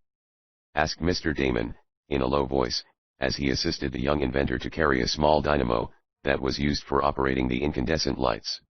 "I hardly know myself. I have a half-formed plan in my mind. I may be able to carry it out, and I may not. I don't want to say anything until I look over the machinery, and see if all the parts which I need are here." "Please say nothing about it." "Bless my toothpick." "Of course, I'll not," promised Mr. Damon. When the removal of most of the machinery of the wrecked airship had been completed, Mrs. Nestor exclaimed, "Well, since you are moving that out of harm's way, don't you think it would be a good idea to change our camp, also? I'm sure I'll never sleep a wink, thinking that part of the island may fall into the ocean at any moment in the night, and create a wave that may wash us all out to sea. Can't we move the camp, Mr. Swift?" "No reason why we can't," answered the lad, smiling. "I think it would be a good plan to take it farther back. We are likely to be here some time, and, while we are about it, we might build more complete shelters, and have a few more comforts." The others agreed with this idea, so the little shacks that had been erected were taken down, and moved to higher ground, where a better outlook could be had of the surrounding ocean. At the same time as safe a place as possible, considering the frequent earthquakes, was picked out a place where there were no overhanging rocks or cliffs. 3 huts were built, one for the 2 ladies, one for the men, and third where the cooking could be done. This last also held the food supplies and stores, and Tom noted, with satisfaction, that there was still sufficient to eat to last over a week. Mr. Fenwick had not stinted his kitchen stores. This work done, Captain Mentor and Mate Fordham went to the highest part of the island, where they erected a signal, made from pieces of canvas that had been in the lifeboat. The boat itself was brought around to the new camp, and at first it was hoped that it could be repaired, and used. But too large a hole had been stove in the bottom, so it was broken up, and the planks used in making the shacks. This work occupied the better part of 2 days, and during this time, there were no more earthquakes. The castaways began to hope that the island would not be quiet for a while. Mrs. Anderson and Mrs. Nestor assumed charge of the housekeeping arrangements, and also the cooking, which relieved Tom from those duties. The two ladies even instituted wash day, and when a number of garments were hung on lines to dry, the camp looked like some summer colony of pleasure seekers, out for a holiday. In the meanwhile, Tom had spent most of his time among the machinery which had been taken from the airship. He inspected it carefully, tested some of the apparatus, and made some calculations on a bit of paper. He seemed greatly pleased over something, and one afternoon, when he was removing some of the guy and stay wires from the collapsed frame of the Whizzer, he was approached by Mr. Barco Jenks. "Planning something new?" asked Mr. Jenks, with an attempt at jollity, which, however, failed. The man had a curious air about him, as if he was carrying some secret that was too much for him. "Well, nothing exactly new," answered Tom. "At best I am merely going to try an experiment." "An experiment, eh?" resumed Mr. Jenks, "and might I ask if it has anything to do with rescuing us from this island?" "I hope it will have," answered Tom, gravely. "Good!" exclaimed Mr. Jenks. "Well, now I have a proposition to make to you. I suppose you are not very wealthy, Mr. Swift?" He gazed at Tom, quizzically. "I am not poor," was the young inventor's proud answer, "but I would be glad to make more money legitimately." "I thought so. Most everyone would. Look here." He approached closer to Tom, and, pulling his hand from his pocket, held it extended. In the palm were a number of irregularly shaped objects, stones or crystals the lad took them to be, yet they did not look like ordinary stones or crystals. "Do you know what those are?" asked Mr. Jenks. "I might guess," replied Tom. "I'll save you the trouble. They are diamonds. Diamonds of the very first water, but uncut. Now to the point. I have $500,000 worth of them. If you get me safely off this island, I will agree to make you $250,000 worth of diamonds." "Make me $250,000 worth of diamonds?" asked Tom, struck by the use of the word make. "Yes, make," answered Mr. Jenks. "That is if I can discover the secret of Phantom Mountain. Get me away from the island and I will share my knowledge with you. I need help to learn the secret and help to make the diamonds. See, there are some of the first ones made, but I have been defrauded of my rights. I need the aid of a young fellow like you. Will you help? See, I'll give you some diamonds now. They are genuine, though they are not like ordinary diamonds. I made them. Will you?" Before Tom could answer, there came a warning rumble of the earth, and a great fissure opened, almost at the feet of Mr. Jenks, who, with a cry of fear, leaped toward the young inventor. Chapter 19. Secret Operations. "Help me save this machinery!" yelled Tom, whose first thought was for the electrical apparatus. "Don't let it fall into that chasm." For the crack had widened, until it was almost to the place where the parts of the wrecked airship had been carried. "The machinery? What do I care about the machinery?" cried Mr. Jenks. "I want to save my life. And this machinery is our only hope," retorted Tom. He began tugging at the heavy dynamos and gasoline engine, but he might have saved himself the trouble, for with the same suddenness with which it opened, the crack closed again. The shock had done it, and, as if satisfied with that phenomena, the earthquake ceased, and the island no longer trembled. "That was a light one," spoke Tom, with an air of relief. He was becoming used to the shocks now, and, when he saw that his precious machinery was not damaged, he could view the earth tremors calmly. "Slight!" exclaimed Mr. Jenks. "Well, I don't call it so. But I see Captain Mentor and Mr. Hosbrook coming. Please don't say anything to them about the diamonds. I'll see you again," and with that, the queer Mr. Jenks walked away. "We came to see if you were hurt," called the captain, as he neared the young inventor. "No, I'm all right. How about the others? Only frightened, replied the yacht owner. This is getting awful. I hoped we were free from the shocks, but they still continue. And I guess they will, added Tom. We certainly are on Earthquake Island. Mr. Parker, the scientist, says this last shock bears out his theory, went on the millionaire. He says it will be only a question of a few days when the whole island will disappear. Comforting, to say the least, commented Tom. I should say so. But what are you doing, Mr. Swift? Trying an experiment, answered the young inventor, in some confusion. He was not yet ready to talk about his plans. We must begin to think seriously of building some sort of a boat or raft, and getting away from the island, went on the millionaire. It will be perilous to go to sea with anything we can construct, but it is risking our lives to stay here. I don't know what to do. Perhaps Captain Mentor has some plan, suggested Tom, hoping to change the subject. No, answered the commander, I confess I am at a loss to know what to do. There is nothing with which to do anything, that is the trouble. But I did think of hoisting another signal, on this end of the island, where it might be seen if our first one wasn't. I believe I'll do that, and he moved away, to carry out his intention. Well, I think I'll get back, Tom, and tell the others that you are all right, spoke Mr. Hosbrook. I left the camp, after the shock, because Mrs. Nestor was worried about you. The place to which the airship machinery had been removed was some distance from the camp, and out of sight of the shacks. Oh, yes. I'm all right, said Tom. Then, with a sudden impulse, he asked. Do you know much about this Mr. Barcojenks, Mr. Hosbrook? Not a great deal, was the reply. In fact, I may say I do not know him at all. Why do you ask?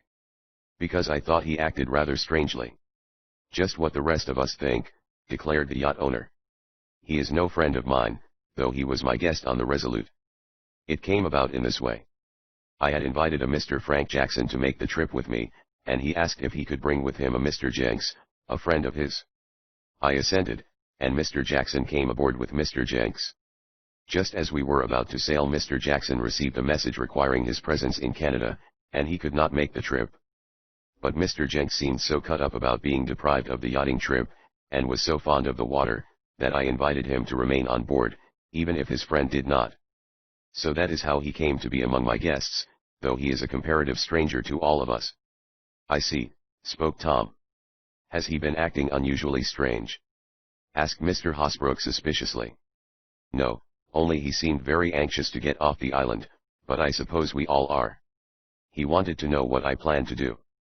Did you tell him? No, for the reason that I don't know whether I can succeed or not, and I don't want to raise false hopes. Then you would prefer not to tell any of us? No one, that is, except Mr. Fenwick and Mr. Damon. I may need them to help me. I see, responded Mr. Hosbrook. Well, whatever it is, I wish you luck. It is certainly a fearful place, this island, and busy with many thoughts, which crowded upon him. The millionaire moved away, leaving Tom alone. A little while after this, Tom might have been seen in close conversation with Mr. Damon and Mr. Fenwick. The former, on hearing what the young inventor had to say, blessed himself and his various possessions so often, that he seemed to have gotten out of breath. Mr. Fenwick exclaimed, Tom, if you can work that, it will be one of the greatest things you have ever done. I hope I can work it, was all the young inventor replied. For the next 3 days Tom, and his two friends, spent most of their time in the neighborhood of the pile of machinery and apparatus taken from the wrecked Whizzer. Mr. Jenks hung around the spot, but a word or two from Mr. Hosbrook sent him away, and our three friends were left to their work in peace, for they were inclined to be secretive about their operations, as Tom did not want his plans known until he was ready. The gasoline motor was overhauled, and put in shape to work. Then it was attached to the dynamo. When this much had been done, Tom and his friends built a rude shack around the machinery, shutting it from view. Humph! Are you afraid we will steal it? Asked Mr. Parker, the scientist, who held to his alarming theory regarding the ultimate disappearance of the island. No, I simply want to protect it from the weather, answered Tom. You will soon know all our plans. I think they will work out. You'd better do it before we get another earthquake, and the island sinks, was the dismal response. But there had been no shock since the one that nearly engulfed Mr. Jenks. As for that individual, he said little to anyone, and wandered off alone by himself. Tom wondered what kind of diamonds they were that the odd man had, and the lad even had his doubts as to the value of the queer stones he had seen. But he was too busy with his work to waste much time in idle speculation. Chapter XX. The wireless plant. The castaways had been on Earthquake Island a week now, and in that time had suffered many shocks. Some were mere tremors, and some were so severe as to throw whole portions of the isle into the sea. They never could tell when a shock was coming, and often one awakened them in the night. But, in spite of this, the refugees were as cheerful as it was possible to be under the circumstances. Only Mr. Jenks seemed nervous and ill at ease, and he kept much by himself. As for Tom, Mr. Damon, and Mr. Fenwick, the three were busy in their shack. The others had ceased to ask questions about what they were doing, and Mr. Nestor and his wife took it for granted that Tom was building a boat. Captain Mentor and the mate spent much time gazing off to sea, hoping for a sight of the sail of some vessel, or the haze that would indicate the smoke of a steamer. But they saw nothing. "I haven't much hope of sighting anything," the captain said. "I know we are off the track of the regular liners, and our only chance would be that some tramp steamer, or some ship blown off her course, would see our signal. I tell you, friends, we're in a bad way." "If money was any object," began Mr. Jenks. "What good would money be?" demanded Mr. Hosbrook. "What we need to do is to get a message to some of my friends to send out a party to rescue us." "That's right," chimed in Mr. Parker, the scientist. "And the message needs to go off soon, if we are to be saved." "Why so?" asked Mr. Anderson. "Because I think this island will sink inside of a week." A scream came from the two ladies. "Why don't you keep such thoughts to yourself?" demanded the millionaire yacht owner, indignantly. "Well, it's true," stubbornly insisted the scientist. "What if it is? It doesn't do any good to remind us of it." "Bless my gizzard, no!" exclaimed Mr. Damon. "Suppose we have dinner. I'm hungry." That seemed to be his remedy for a number of ills. "If we only could get a message off, summoning help, it would be the very thing," sighed Mrs. Nestor. "Oh, how I wish I could send my daughter, Mary, word of where we are. She may hear of the wreck of the Resolute, and worry herself to death." "But it is out of the question to send a message for help from Earthquake Island," added Mrs. Anderson. "We are totally cut off from the rest of the world here." "Perhaps not," spoke Tom Swift, quietly. He had come up silently, and had heard the conversation. "What's that you said?" cried Mr. Nestor, springing to his feet, and crossing the sandy beach toward the lad. "I said perhaps we weren't altogether cut off from the rest of the world," repeated Tom. "Why not?" demanded Captain Mentor. "You don't mean to say that you have been building a boat up there in your little shack, do you?" "Not a boat," replied Tom, "but I think I have a means of sending out a call for help." "Oh, Tom Mr. Swift, how?" exclaimed Mrs. Nestor. "Do you mean we can send a message to my Mary?" "Well, not exactly to her," answered the young inventor, though he wished that such a thing were possible. "But I think I can summon help." "How?" demanded Mr. Hosbrook. "Have you managed to discover some cable line running past the island, and have you tapped it?" "Not exactly," was Tom's calm answer, "but I have succeeded, with the help of Mr. Damon and Mr. Fenwick, in building an apparatus that will send out wireless messages." "Wireless messages?" gasped the millionaire. "Are you sure?" "Wireless messages," exclaimed Mr. Jenks. He paused, clasped his hands on his belt, and turned away. "Oh, Tom!" cried Mrs. Nestor, and she went up to the lad, threw her arms about his neck, and kissed him, whereat Tom blushed. "Perhaps you'd better explain," suggested Mr. Anderson. "I will," said the lad. "That is the secret we have been engaged upon, Mr. Damon, Mr. Fenwick, and myself. We did not want to say anything about it until we were sure we could succeed." "And are you sure now?" asked Captain Mentor. "Fairly so." "How could you build a wireless station?" inquired Mr. Hosbrook. "From the electrical machinery that was in the wrecked Whizzer," spoke Tom. "Fortunately, that was not damaged by the shock of the fall, and I have managed to set up the gasoline engine, and attach the dynamo to it so that we can generate a powerful current. We also have a fairly good storage battery, though that was slightly damaged by the fall. I have just tested the machinery, and I think we can send out a strong enough message to carry at least 1,000 miles. Then that will reach some station, Or some passing ship, murmured Captain Mentor. There is a chance that we may be saved. If it isn't too late, gloomily murmured the scientist. There is no telling when the island will disappear beneath the sea. But they were all so interested in Tom's announcement that they paid little attention to this dire foreboding. Tell us about it, suggested Mr. Nestor. And Tom did. He related how he had set up the dynamo and gasoline engine, and how, by means of the proper coils and other electrical apparatus, all of which, fortunately, was aboard the Whizzer, he could produce a powerful spark. I had to make a key out of strips of brass, to produce the Morse characters, the lad said. This took considerable time, but it works, though it is rather crude. I can click out a message with it.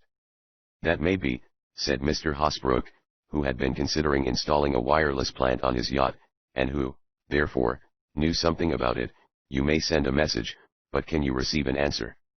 I have also provided for that, replied Tom. I have made a receiving instrument, though that is even more crude than the sending plant, for it had to be delicately adjusted, and I did not have just the magnets, carbons, coherers, and needles that I needed.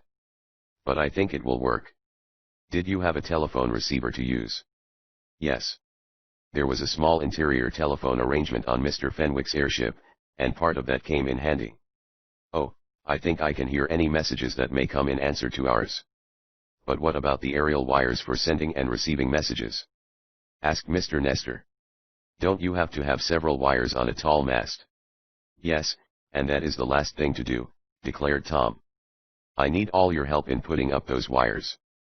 That tall tree on the crest of the island will do, and he pointed to a dead palm that towered gaunt and bare like a ship's mast, on a pile of rocks in the center of Earthquake Island. Chapter XXI. Messages into Space. Tom Swift's announcement of the practical completion of his wireless plant brought hope to the discouraged hearts of the castaways. They crowded about him, and asked all manner of questions. Mr. Fenwick and Mr. Damon came in for their share of attention, for Tom said had it not been for the aid of his friends he never could have accomplished what he did. Then they all trooped up to the little shack, and inspected the plant.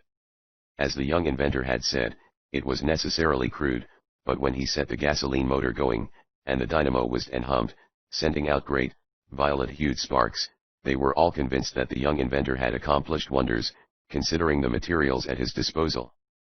But it's going to be no easy task to rig up the sending and receiving wires, declared Tom. That will take some time. Have you got the wire? Asked Mr. Jenks. I took it from the stays of the airship, was Tom's reply, and he recalled the day he was at that work, when the odd man had exhibited the handful of what he said were diamonds. Tom wondered if they really were, and he speculated as to what might be the secret of Phantom Mountain, to which Mr. Jenks had referred. But now followed a busy time for all. Under the direction of the young inventor, they began to string the wires from the top of the dead tree, to a smaller one, some distance away, using 5 wires, set parallel, and attached to a wooden spreader, or stay. The wires were then run to the dynamo, and the receiving coil, and the necessary ground wires were installed. But I can't understand how you are going to do it, said Mrs. Nestor. I've read about wireless messages, but I can't get it through my head. How is it done, Mr. Swift? The theory is very simple, said the young inventor. To send a message by wire, over a telegraph system, a battery or dynamo is used. This establishes a current over wires stretched between 2 points. By means of what is called a key, this current is interrupted, or broken, at certain intervals, making the sounding instrument send out clicks. A short click is called a dot, and a long click a dash. By combinations of dots, dashes, and spaces between the dots and dashes, letters are spelled out. For instance, a dot, and a space and a dash, represent the letter A and so on. I understand so far, admitted Mrs. Nestor. In telegraphing without wires, went on Tom, the air is used in place of a metallic conductor, with the help of the earth, which in itself is a big magnet, or a battery, as you choose to regard it. The earth helps to establish the connection between places where there are no wires, when we ground certain conductors. To send a wireless message, a current is generated by a dynamo.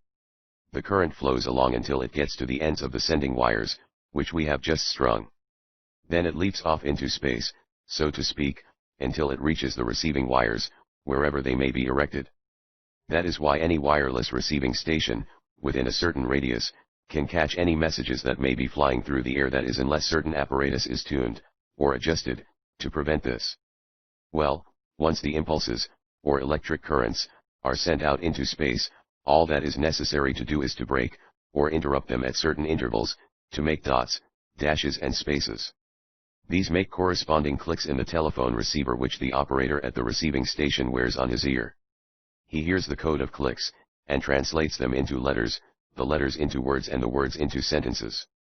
That is how wireless messages are sent. And do you propose to send some that way? Asked Mrs. Anderson. I do, replied Tom, with a smile. Where to? Mrs. Nestor wanted to know. That's what I can't tell, was Tom's reply. I will have to project them off into space, and trust to chance that some listening wireless operator will pick them up, as they call it, and send us aid. But are wireless operators always listening? Asked Mr. Nestor. Somewhere, some of them are, I hope, was Tom's quiet answer. As I said, we will have to trust much to chance. But other people have been saved by sending messages off into space, and why not we? Sinking steamers have had their passengers taken off when the operator called for help, merely by sending a message into space. But how can we tell them where to come for us on this unknown island? Inquired Mrs. Anderson. I fancy Captain Mentor can supply our longitude and latitude, answered Tom. I will give that with every message I send out, and help may come someday. It can't come any too quick for me, declared Mr. Damon. Bless my doorknob, but my wife must be worrying about my absence. What message for help will you send? Captain Mentor wanted to know. I am going to use the old call for aid, was the reply of the young inventor. I shall flash into space the 3 letters CQD. They stand for Come Quick Danger. A new code call has been instituted for them, but I am going to rely on the old one, as, in this part of the world, the new one may not be so well understood. Then I will follow that by giving our position in the ocean, as nearly as Captain Mentor can figure it out. I will repeat this call at intervals until we get help.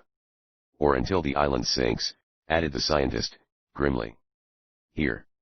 Don't mention that any more, ordered Mr. Hosbrook. It's getting on my nerves. We may be rescued before that awful calamity overtakes us. I don't believe so, was Mr. Parker's reply, and he actually seemed to derive pleasure from his gloomy prophecy. It's lucky you understand wireless telegraphy, Tom Swift, said Mr. Nestor admiringly, and the other joined in praising the young inventor, until, blushing, he hurried off to make some adjustments to his apparatus. Can you compute our longitude and latitude, Captain Mentor? Asked the millionaire yacht owner. I think so, was the reply. Not very accurately, of course, for all my papers and instruments went down in the Resolute. But near enough for the purpose, I fancy. I'll get right to work at it, and let Mr. Swift have it. I wish you would. The sooner we begin calling for help the better. I never expected to be in such a predicament as this, but it is wonderful how that young fellow worked out his plan of rescue. I hope he succeeds. It took some little time for the commander to figure their position, and then it was only approximate. But at length he handed Tom a piece of paper with the latitude and longitude written on it. In the meanwhile, the young inventor had been connecting up his apparatus. The wires were now all strung, and all that was necessary was to start the motor and dynamo. A curious throng gathered about the little shack as Tom announced that he was about to flash into space the first message calling for help. He took his place at the box, to which had been fastened the apparatus for clicking off the Morse letters. Well, here we go, he said, with a smile. His fingers clasped the rude key he had fashioned from bits of brass and hard rubber. The motor was buzzing away, and the electric dynamo was purring like some big cat. Just as Tom opened the circuit, to send the current into the instrument, there came an ominous rumbling of the earth. Another quake! Screamed Mrs. Anderson. But it was over in a second, and calmness succeeded the incipient panic. Suddenly, overhead, there sounded a queer crackling noise, a vicious, snapping, as if from some invisible whips. Mercy! What's that? Cried Mrs. Nestor. The wireless, replied Tom, quietly. I am going to send a message for help, off into space. I hope someone receives it and answers, he added, in a low tone. The crackling increased. While they gathered about him, Tom Swift pressed the key, making and breaking the current until he had sent out from Earthquake Island the 3 letters C.Q.D. and he followed them by giving their latitude and longitude. Over and over again he flashed out this message.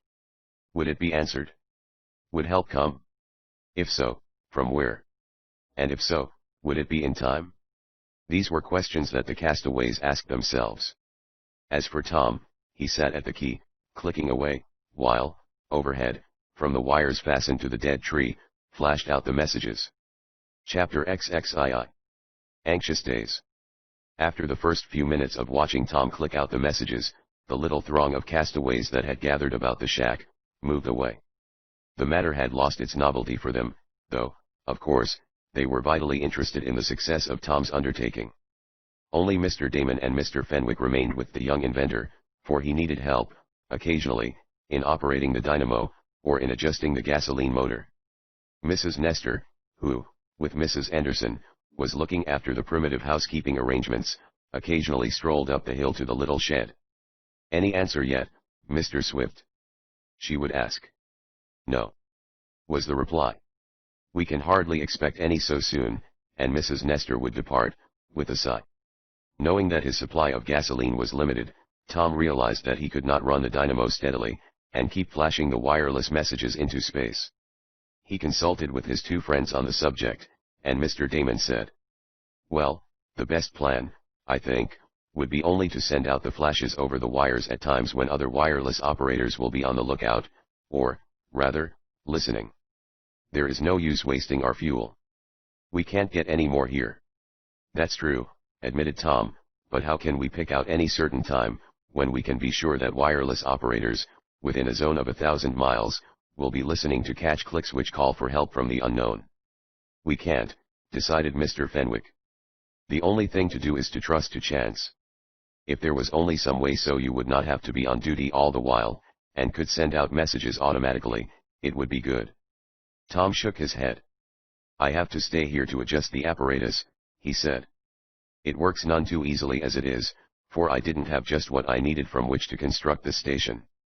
Anyhow, even if I could rig up something to click out CQD automatically, I could hardly arrange to have the answer come that way.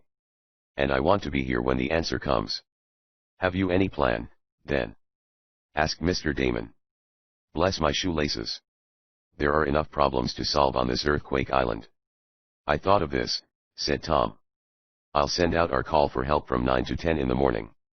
Then I'll wait, and send out another call from 2 to 3 in the afternoon. Around 7 in the evening I'll try again, and then about 10 o'clock at night, before going to bed." "That ought to be sufficient," agreed Mr. Fenwick. "Certainly we must save our gasoline, for there is no telling how long we may have to stay here, and call for help."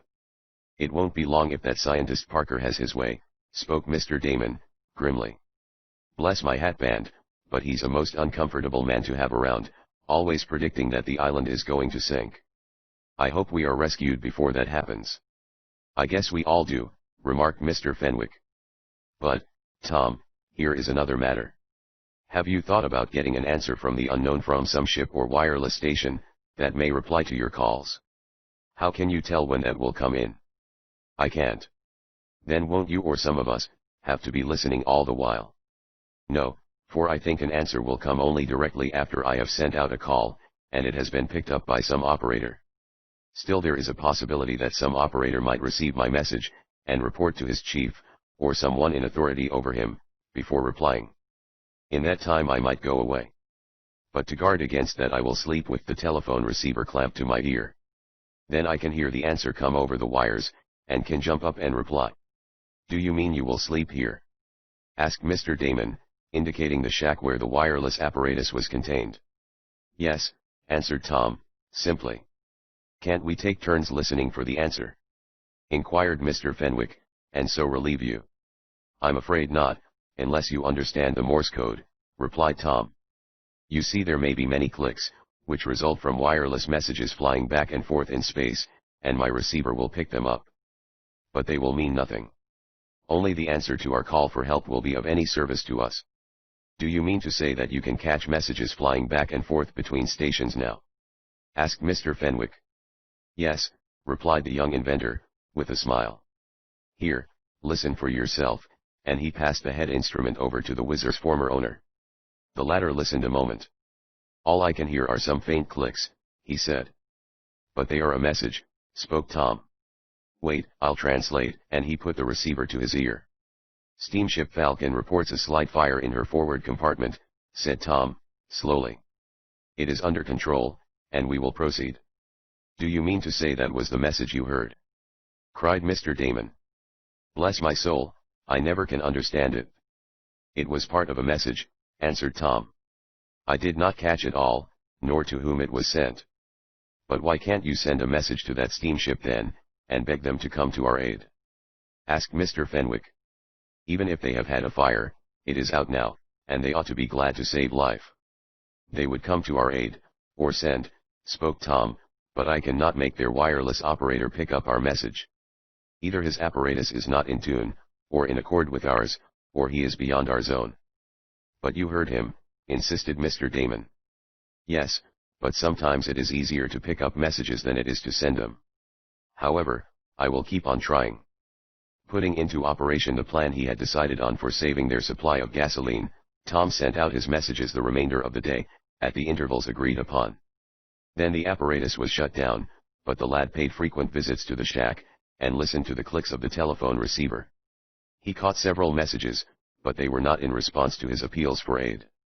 That night there was a slight earthquake shock, but no more of the island fell into the sea, though the castaways were awakened by the tremors, and were in mortal terror for a while. 3 days passed, days of anxious waiting, during which time Tom sent out message after message by his wireless, and waited in vain for an answer. There were 3 shocks in this interval, 2 slight, and 1 very severe, which last cast into the ocean a great cliff on the far end of the island. There was a flooding rush of water, but no harm resulted. It is coming nearer, said Mr. Parker. What is? Demanded Mr. Hosbrook. The destruction of our island. My theory will soon be confirmed, and the scientist actually seemed to take pleasure in it. Oh, you and your theory! Exclaimed the millionaire in disgust. Don't let me hear you mention it again. Haven't we troubles enough? Whereat Mr. Parker went off by himself, to look at the place where the cliff had fallen. Each night Tom slept with the telephone receiver to his ear, but, though it clicked many times, there was not sounded the call he had adopted for his station EI. Earthquake. Island. In each appeal he sent out he had requested that if his message was picked up, that the answer be preceded by the letters EI. It was on the 4th day after the completion of the wireless station, that Tom was sending out his morning calls. Mrs. Nestor came up the little hill to the shack where Tom was clicking away. No replies yet, I suppose? She inquired, and there was a hopeless note in her voice. None yet, but they may come any minute, and Tom tried to speak cheerfully. I certainly hope so, added Mary's mother, but I came up more especially now, Mr. Swift, to inquire where you had stored the rest of the food. The rest of the food? Yes, the supply you took from the wrecked airship. We have used up nearly all that was piled in the improvised kitchen, and we'll have to draw on the reserve supply. The reserve, murmured Tom. Yes, there is only enough in the shack where Mrs. Anderson and I do the cooking, to last for about 2 days. Isn't there any more? Tom did not answer. He saw the drift of the questioning. Their food was nearly gone, yet the castaways from the Resolute thought there was still plenty. As a matter of fact there was not another can, except those in the kitchen shack. Get out wherever there is left some time today, if you will, Mr. Swift, went on Mrs. Nestor, as she turned away, and Mrs. Anderson and I will see if we can fix up some new dishes for you men folks. Oh, all right, answered Tom, weakly. His hand dropped from the key of the instrument. He sat staring into space. Food enough for but 2 days more, with earthquakes likely to happen at any moment, and no reply yet to his appeals for aid. Truly the situation was desperate. Tom shook his head. It was the first time he had felt like giving up. Chapter XXIII. A reply in the dark. The young inventor looked out of the wireless shack. Down on the beach he saw the little band of castaways. They were gathered in a group about Mr. Jenks, who seemed to be talking earnestly to them. The 2 ladies were over near the small building that served as a kitchen. More food supplies needed, mused Tom. Well, I don't know where any more is to come from. We've stripped the Whizzer bare. He glanced toward what remained of the airship.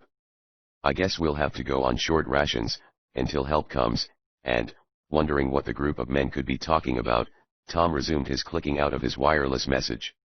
He continued to send it into space for several minutes after 10 o'clock, the hour at which he usually stopped for the morning, for he thought there might be a possible chance that the electrical impulses would be picked up by some vessel far out at sea, or by some station operator who could send help. But there came no answering clicks to the EI station to Earthquake Island, and, after a little longer working of the key, Tom shut down the dynamo, and joined the group on the beach. "I tell you it's our only chance," Mr. Jenks was saying. "I must get off this island, and that's the only way we can do it. I have large interests at stake. If we wait for a reply to this wireless message we may all be killed, though I appreciate that Mr. Swift is doing his best to aid us. But it is hopeless. What do you think about it, Tom?" asked Mr. Damon, turning to the young inventor. "Think about what?" "Why, Mr. Jenks has just proposed that we build a big raft, and launch it. He thinks we should leave the island." "It might be a good idea," agreed the lad, as he thought of the scant food supply. "Of course, I can't say when a reply will be received to my calls for aid, and it is best to be prepared. Especially as the island may sink any minute," added Mr. Parker. "If it does, even a raft will be little good, as it may be swamped in the vortex. I think it would be a good plan to make one, then anchor it some distance out from the island. Then we can make a small raft, and paddle out to the big one in a hurry if need be." "Yes, that's a good idea, too," conceded Tom. "And we must stock it well with provisions," said Mr. Damon. "Put plenty of water and food aboard." "We can't," spoke Tom, quietly. "Why not?" "Because we haven't plenty of provisions." "That's what I came down to speak about," and the lad related what Mrs. Nestor had said. "Then there is but one thing to do," declared Mr. Fenwick. "What?" asked Captain Mentor. "We must go on half rations, or quarter rations, if need be. That will make our supply last longer. And another thing, we must not let the women folks know. Just pretend that we're not hungry, but take only a quarter, or at most, not more than a half of what we have been in the habit of taking. There is plenty of water, thank goodness, and we may be able to live until help comes." "Then shall we build the raft?" asked Mr. Hosbrook. It was decided that this would be a good plan, and they started it that same day. Trees were felled, with axes and saws that had been aboard the Whizzer, and bound together, in rude fashion, with strong trailing vines from the forest. A smaller raft, as a sort of ferry, was also made. This occupied them all that day, and part of the next. In the meanwhile, Tom continued to flash out his appeals for help, but no answers came. The men cut down their rations, and when the two ladies joked them on their lack of appetite, they said nothing. Tom was glad that Mrs. Nestor did not renew her request to him to get out the reserve food supply from what remained in the wreck of the airship. Perhaps Mr. Nestor had hinted to her the real situation. The large raft was towed out into a quiet bay of the island, and anchored there by means of a heavy rock, attached to a rope. On board were put cans of water, which were lashed fast, but no food could be spared to stock the rude craft. All the castaways could depend on, was to take with them, in the event of the island beginning to sink, what rations they had left when the final shock should come. This done, they could only wait, and weary was that waiting. Tom kept faithfully to his schedule, and his ear ached from the constant pressure of the telephone receiver. He heard message after message flash through space, and click on his instrument, but none of them was in answer to his. On his face there came a grim and hopeless look. One afternoon, a week following the erection of the wireless station, Mate Fordham came upon a number of turtles. He caught some, by turning them over on their backs, and also located a number of nests of eggs under the warm sands. "This will be something to eat," he said, joyfully, and indeed the turtles formed a welcome food supply. Some fish were caught, and some clams were cast up by the tide, all of which eked out the scanty food supply that remained. The two ladies suspected the truth now, and they, too, cut down their allowance. Tom, who had been sitting with the men in their sleeping shack, that evening, rose, as the hour of 10 approached. It was time to send out the last message of the night, and then he would lie down on an improvised couch, with the telephone receiver clamped to his ear, to wait, in the silence of the darkness, for the message saying that help was on the way. "Well, are you off?" asked Mr. Damon, kindly. "I wish some of us could relieve you, Tom." "Oh, I don't mind it," answered the lad. "Perhaps the message may come tonight." Hardly had he spoken than there sounded the ominous rumble and shaking that presaged another earthquake. The shack rocked, and threatened to come down about their heads. "We must be doomed," cried Mr. Parker. "The island is about to sink. Make for the raft." "Wait and see how bad it is," counseled Mr. Hosbrook. "It may be only a slight shock." Indeed, as he spoke, the trembling of the island ceased, and there was silence. The two ladies, who had retired to their own private shack, ran out screaming, and Mr. Anderson and Mr. Nestor hastened over to be with their wives. "I guess it's passed over," spoke Mr. Fenwick. An instant later there came another tremor, but it was not like that of an earthquake shock. It was more like the rumble and vibration of an approaching train. "Look!" cried Tom, pointing to the left. Their gaze went in that direction, and, under the light of a full moon they saw, sliding into the sea, a great portion of one of the rocky hills. "A landslide!" cried Captain Mentor. "The island is slowly breaking up." "It confirms my theory," said Mr. Parker, almost in triumph. "Forget your theory for a while, Parker, please," begged Mr. Hosbrook. "We're lucky to have left a place on which to stand." "Oh, when will we be rescued?" he asked hopelessly. The worst seemed to be over at least for the present, and, learning that the two ladies were quieted, Tom started up the hill to his wireless station. Mr. Damon and Mr. Fenwick went with him, to aid in starting the motor and dynamo. Then, after the message had been clicked out as usual, Tom would begin his weary waiting. They found that the earthquake shock had slightly disturbed the apparatus, and it took them half an hour to adjust it. As there had been a delay on account of the landslide, it was 11 o'clock before Tom began sending out any flashes, and he kept it up until midnight. But there came no replies, so he shut off the power, and prepared to get a little rest. "It looks pretty hopeless, doesn't it?" said Mr. Fenwick, as he and Mr. Damon were on their way back to the sleeping shack. "Yes, it does. Our signal hasn't been seen, no ships have passed this way, and our wireless appeal isn't answered. It does look hopeless, but, do you know, I haven't given up yet." "Why not?" "Because I have faith in Tom Swift's luck," declared the eccentric man. "If you had been with him as much as I have, up in the air, and under the water, and had seen the tight places he has gotten out of, you'd feel the same, too." "Perhaps, but here there doesn't seem to be anything to do. It all depends on someone else." "That's all right. You leave it to Tom. He'll get an answer yet, you see if he doesn't." It was an hour past midnight. Tom tossed uneasily on the hard bed in the wireless shack. The telephone receiver on his ear hurt him, and he could not sleep. "I may as well sit up for a while," he told himself, and he arose. In the dimness of the shack he could see the outlines of the dynamo and the motor. "Guess I'll start her up, and send out some calls," he murmured. "I might just happen to catch some ship operator who is up late. I'll try it." The young inventor started the motor, and soon the dynamo was purring away. He tested the wireless apparatus. It shot out great long sparks, which snapped viciously through the air. Then, in the silence of the night, Tom clicked off his call for help for the castaways of Earthquake Island. For half an hour he sent it away into space, none of the others in their shacks below him, awakening. Then Tom, having worked off his restless fit, was about to return to bed. But what was this? What was that clicking in the telephone receiver at his ear? He listened. It was not a jumble of dots and dashes, conveying through space a message that meant nothing to him. No. It was his own call that was answered. The call of his station EI.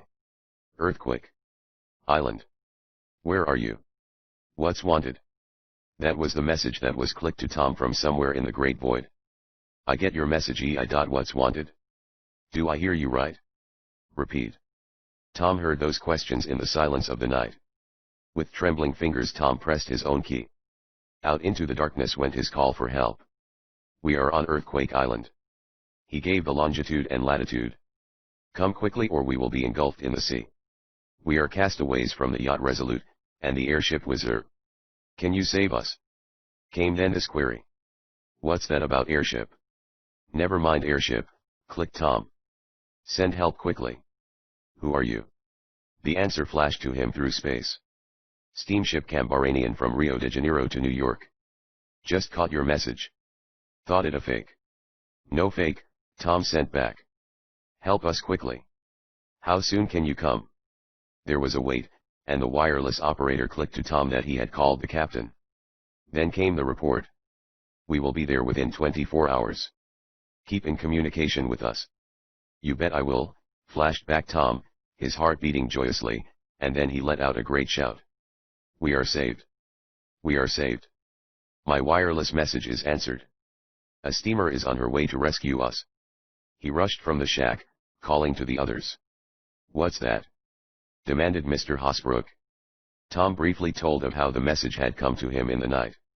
Tell them to hurry, begged the rich yacht owner. Say that I will give $20,000 reward if we are taken off. And I'll do the same, cried Mr. Jenks. I must get to the place where then he seemed to recollect himself, and stopped suddenly. Tell them to hurry, he begged Tom. The whole crowd of castaways, save the women, were gathered about the wireless shack. They'll need to hurry, spoke Mr. Parker, the gloomy scientist. The island may sink before morning. Mr. Hosbrook and the others glared at him, but he seemed to take delight in his prediction. Suddenly the wireless instruments hummed. Another message, whispered Tom. He listened. The Cambaranian will rush here with all speed, he announced, and not a heart there on that lonely and desolate island but sent up a prayer of thankfulness. Chapter XXIV. We are lost. There was little more sleep for anyone that night. They sat up, talking over the wonderful and unexpected outcome of Tom Swift's wireless message, and speculating as to when the steamer would get there. Bless my pocket comb. But I told you it would come out all right, if we left it to Tom, declared Mr. Damon. But it hasn't come out yet, remarked the pessimistic scientist. The steamer may arrive too late. You're a cheerful sort of fellow to take on a yachting trip, murmured Mr. Hosbrook, sarcastically. I'll never invite you again, even if you are a great scientist. I'm going to sit and watch for the steamer, declared Mr. Damon, as he went outside the shack. The night was warm, and there was a full moon. Which way will she come from, Tom? I don't know, but I should think, that if she was on her way north, from South America, she'd pass on the side of the island on which we now are. That's right, agreed Captain Mentor. She'll come up from over there, and he pointed across the ocean directly in front of the shacks and camp. Then I'm going to see if I can't be the first to sight her lights, declared Mr. Damon. She can't possibly get here inside of a day, according to what the operator said, declared Tom. Wire them to put on all the speed they can, urged the eccentric man. No, don't waste any more power or energy than is needed, suggested Mr. Hosbrook. You may need the gasoline before we are rescued. They are on their way, and that is enough for now. The others agreed with this, and so Tom, after a final message to the operator aboard the Cambaranian stating that he would call him up in the morning, shut down the motor. Mr. Damon took up his position where he could see far out over the ocean, but, as the young inventor had said, there was no possible chance of sighting the relief steamer inside of a day. Still the nervous, eccentric man declared that he would keep watch. Morning came, and castaways brought to breakfast a better appetite than they had had in some time. They were allowed larger rations, too, for it was seen that they would have just enough food to last until taken off. We didn't need to have made the big raft, said Mr. Fenwick, as Tom came down from his station, to report that he had been in communication with the Camabarian and that she was proceeding under forced draft. We'll not have to embark on it, and I'm glad of it. Oh, we may need it yet, asserted Mr. Parker. I have been making some observations just now, and the island is in a very precarious state. It is, I believe, resting on only a slim foundation, and the least shock may break that off, and send it into the sea. That is what my observations point out. Then I wish you wouldn't make any more observations, exclaimed Mrs. Nestor, with spirit. You make me nervous. And me, also, added Mrs. Anderson. Science cannot deceive, madam, retorted Mr. Parker. Well, it can keep quiet about what it knows, and not make a person have cold chills, replied Mary's mother. I'm sure we will be rescued in time. There was a slight tremor of an earthquake, as they were eating dinner that day, but, aside from causing a little alarm, it did no damage. In the afternoon, Tom again called up the approaching steamer, and was informed that, because of a slight accident, it could not arrive until the next morning. Every effort would be made to keep up speed, it was said. There was much disappointment over this, and Mr. Damon was observed to be closely examining the food supply, but hope was too strong to be easily shattered now. Mr. Parker went off alone, to make some further observations as he called them, but Mr. Hosbrook warned him never again to speak of his alarming theories. Mr. Barco Jenks called Tom aside just before supper that evening. "I haven't forgotten what I said to you about my diamonds," he remarked, with many nods and winks. "I'll show you how to make them, if you will help me." "Did you ever see diamonds made?" "No, and I guess very few persons have," replied the lad, thinking perhaps Mr. Jenks might not be quite right, mentally. The night passed without alarm, and in the morning, at the first blush of dawn, everyone was astir, looking eagerly across the sea for a sight of the steamer.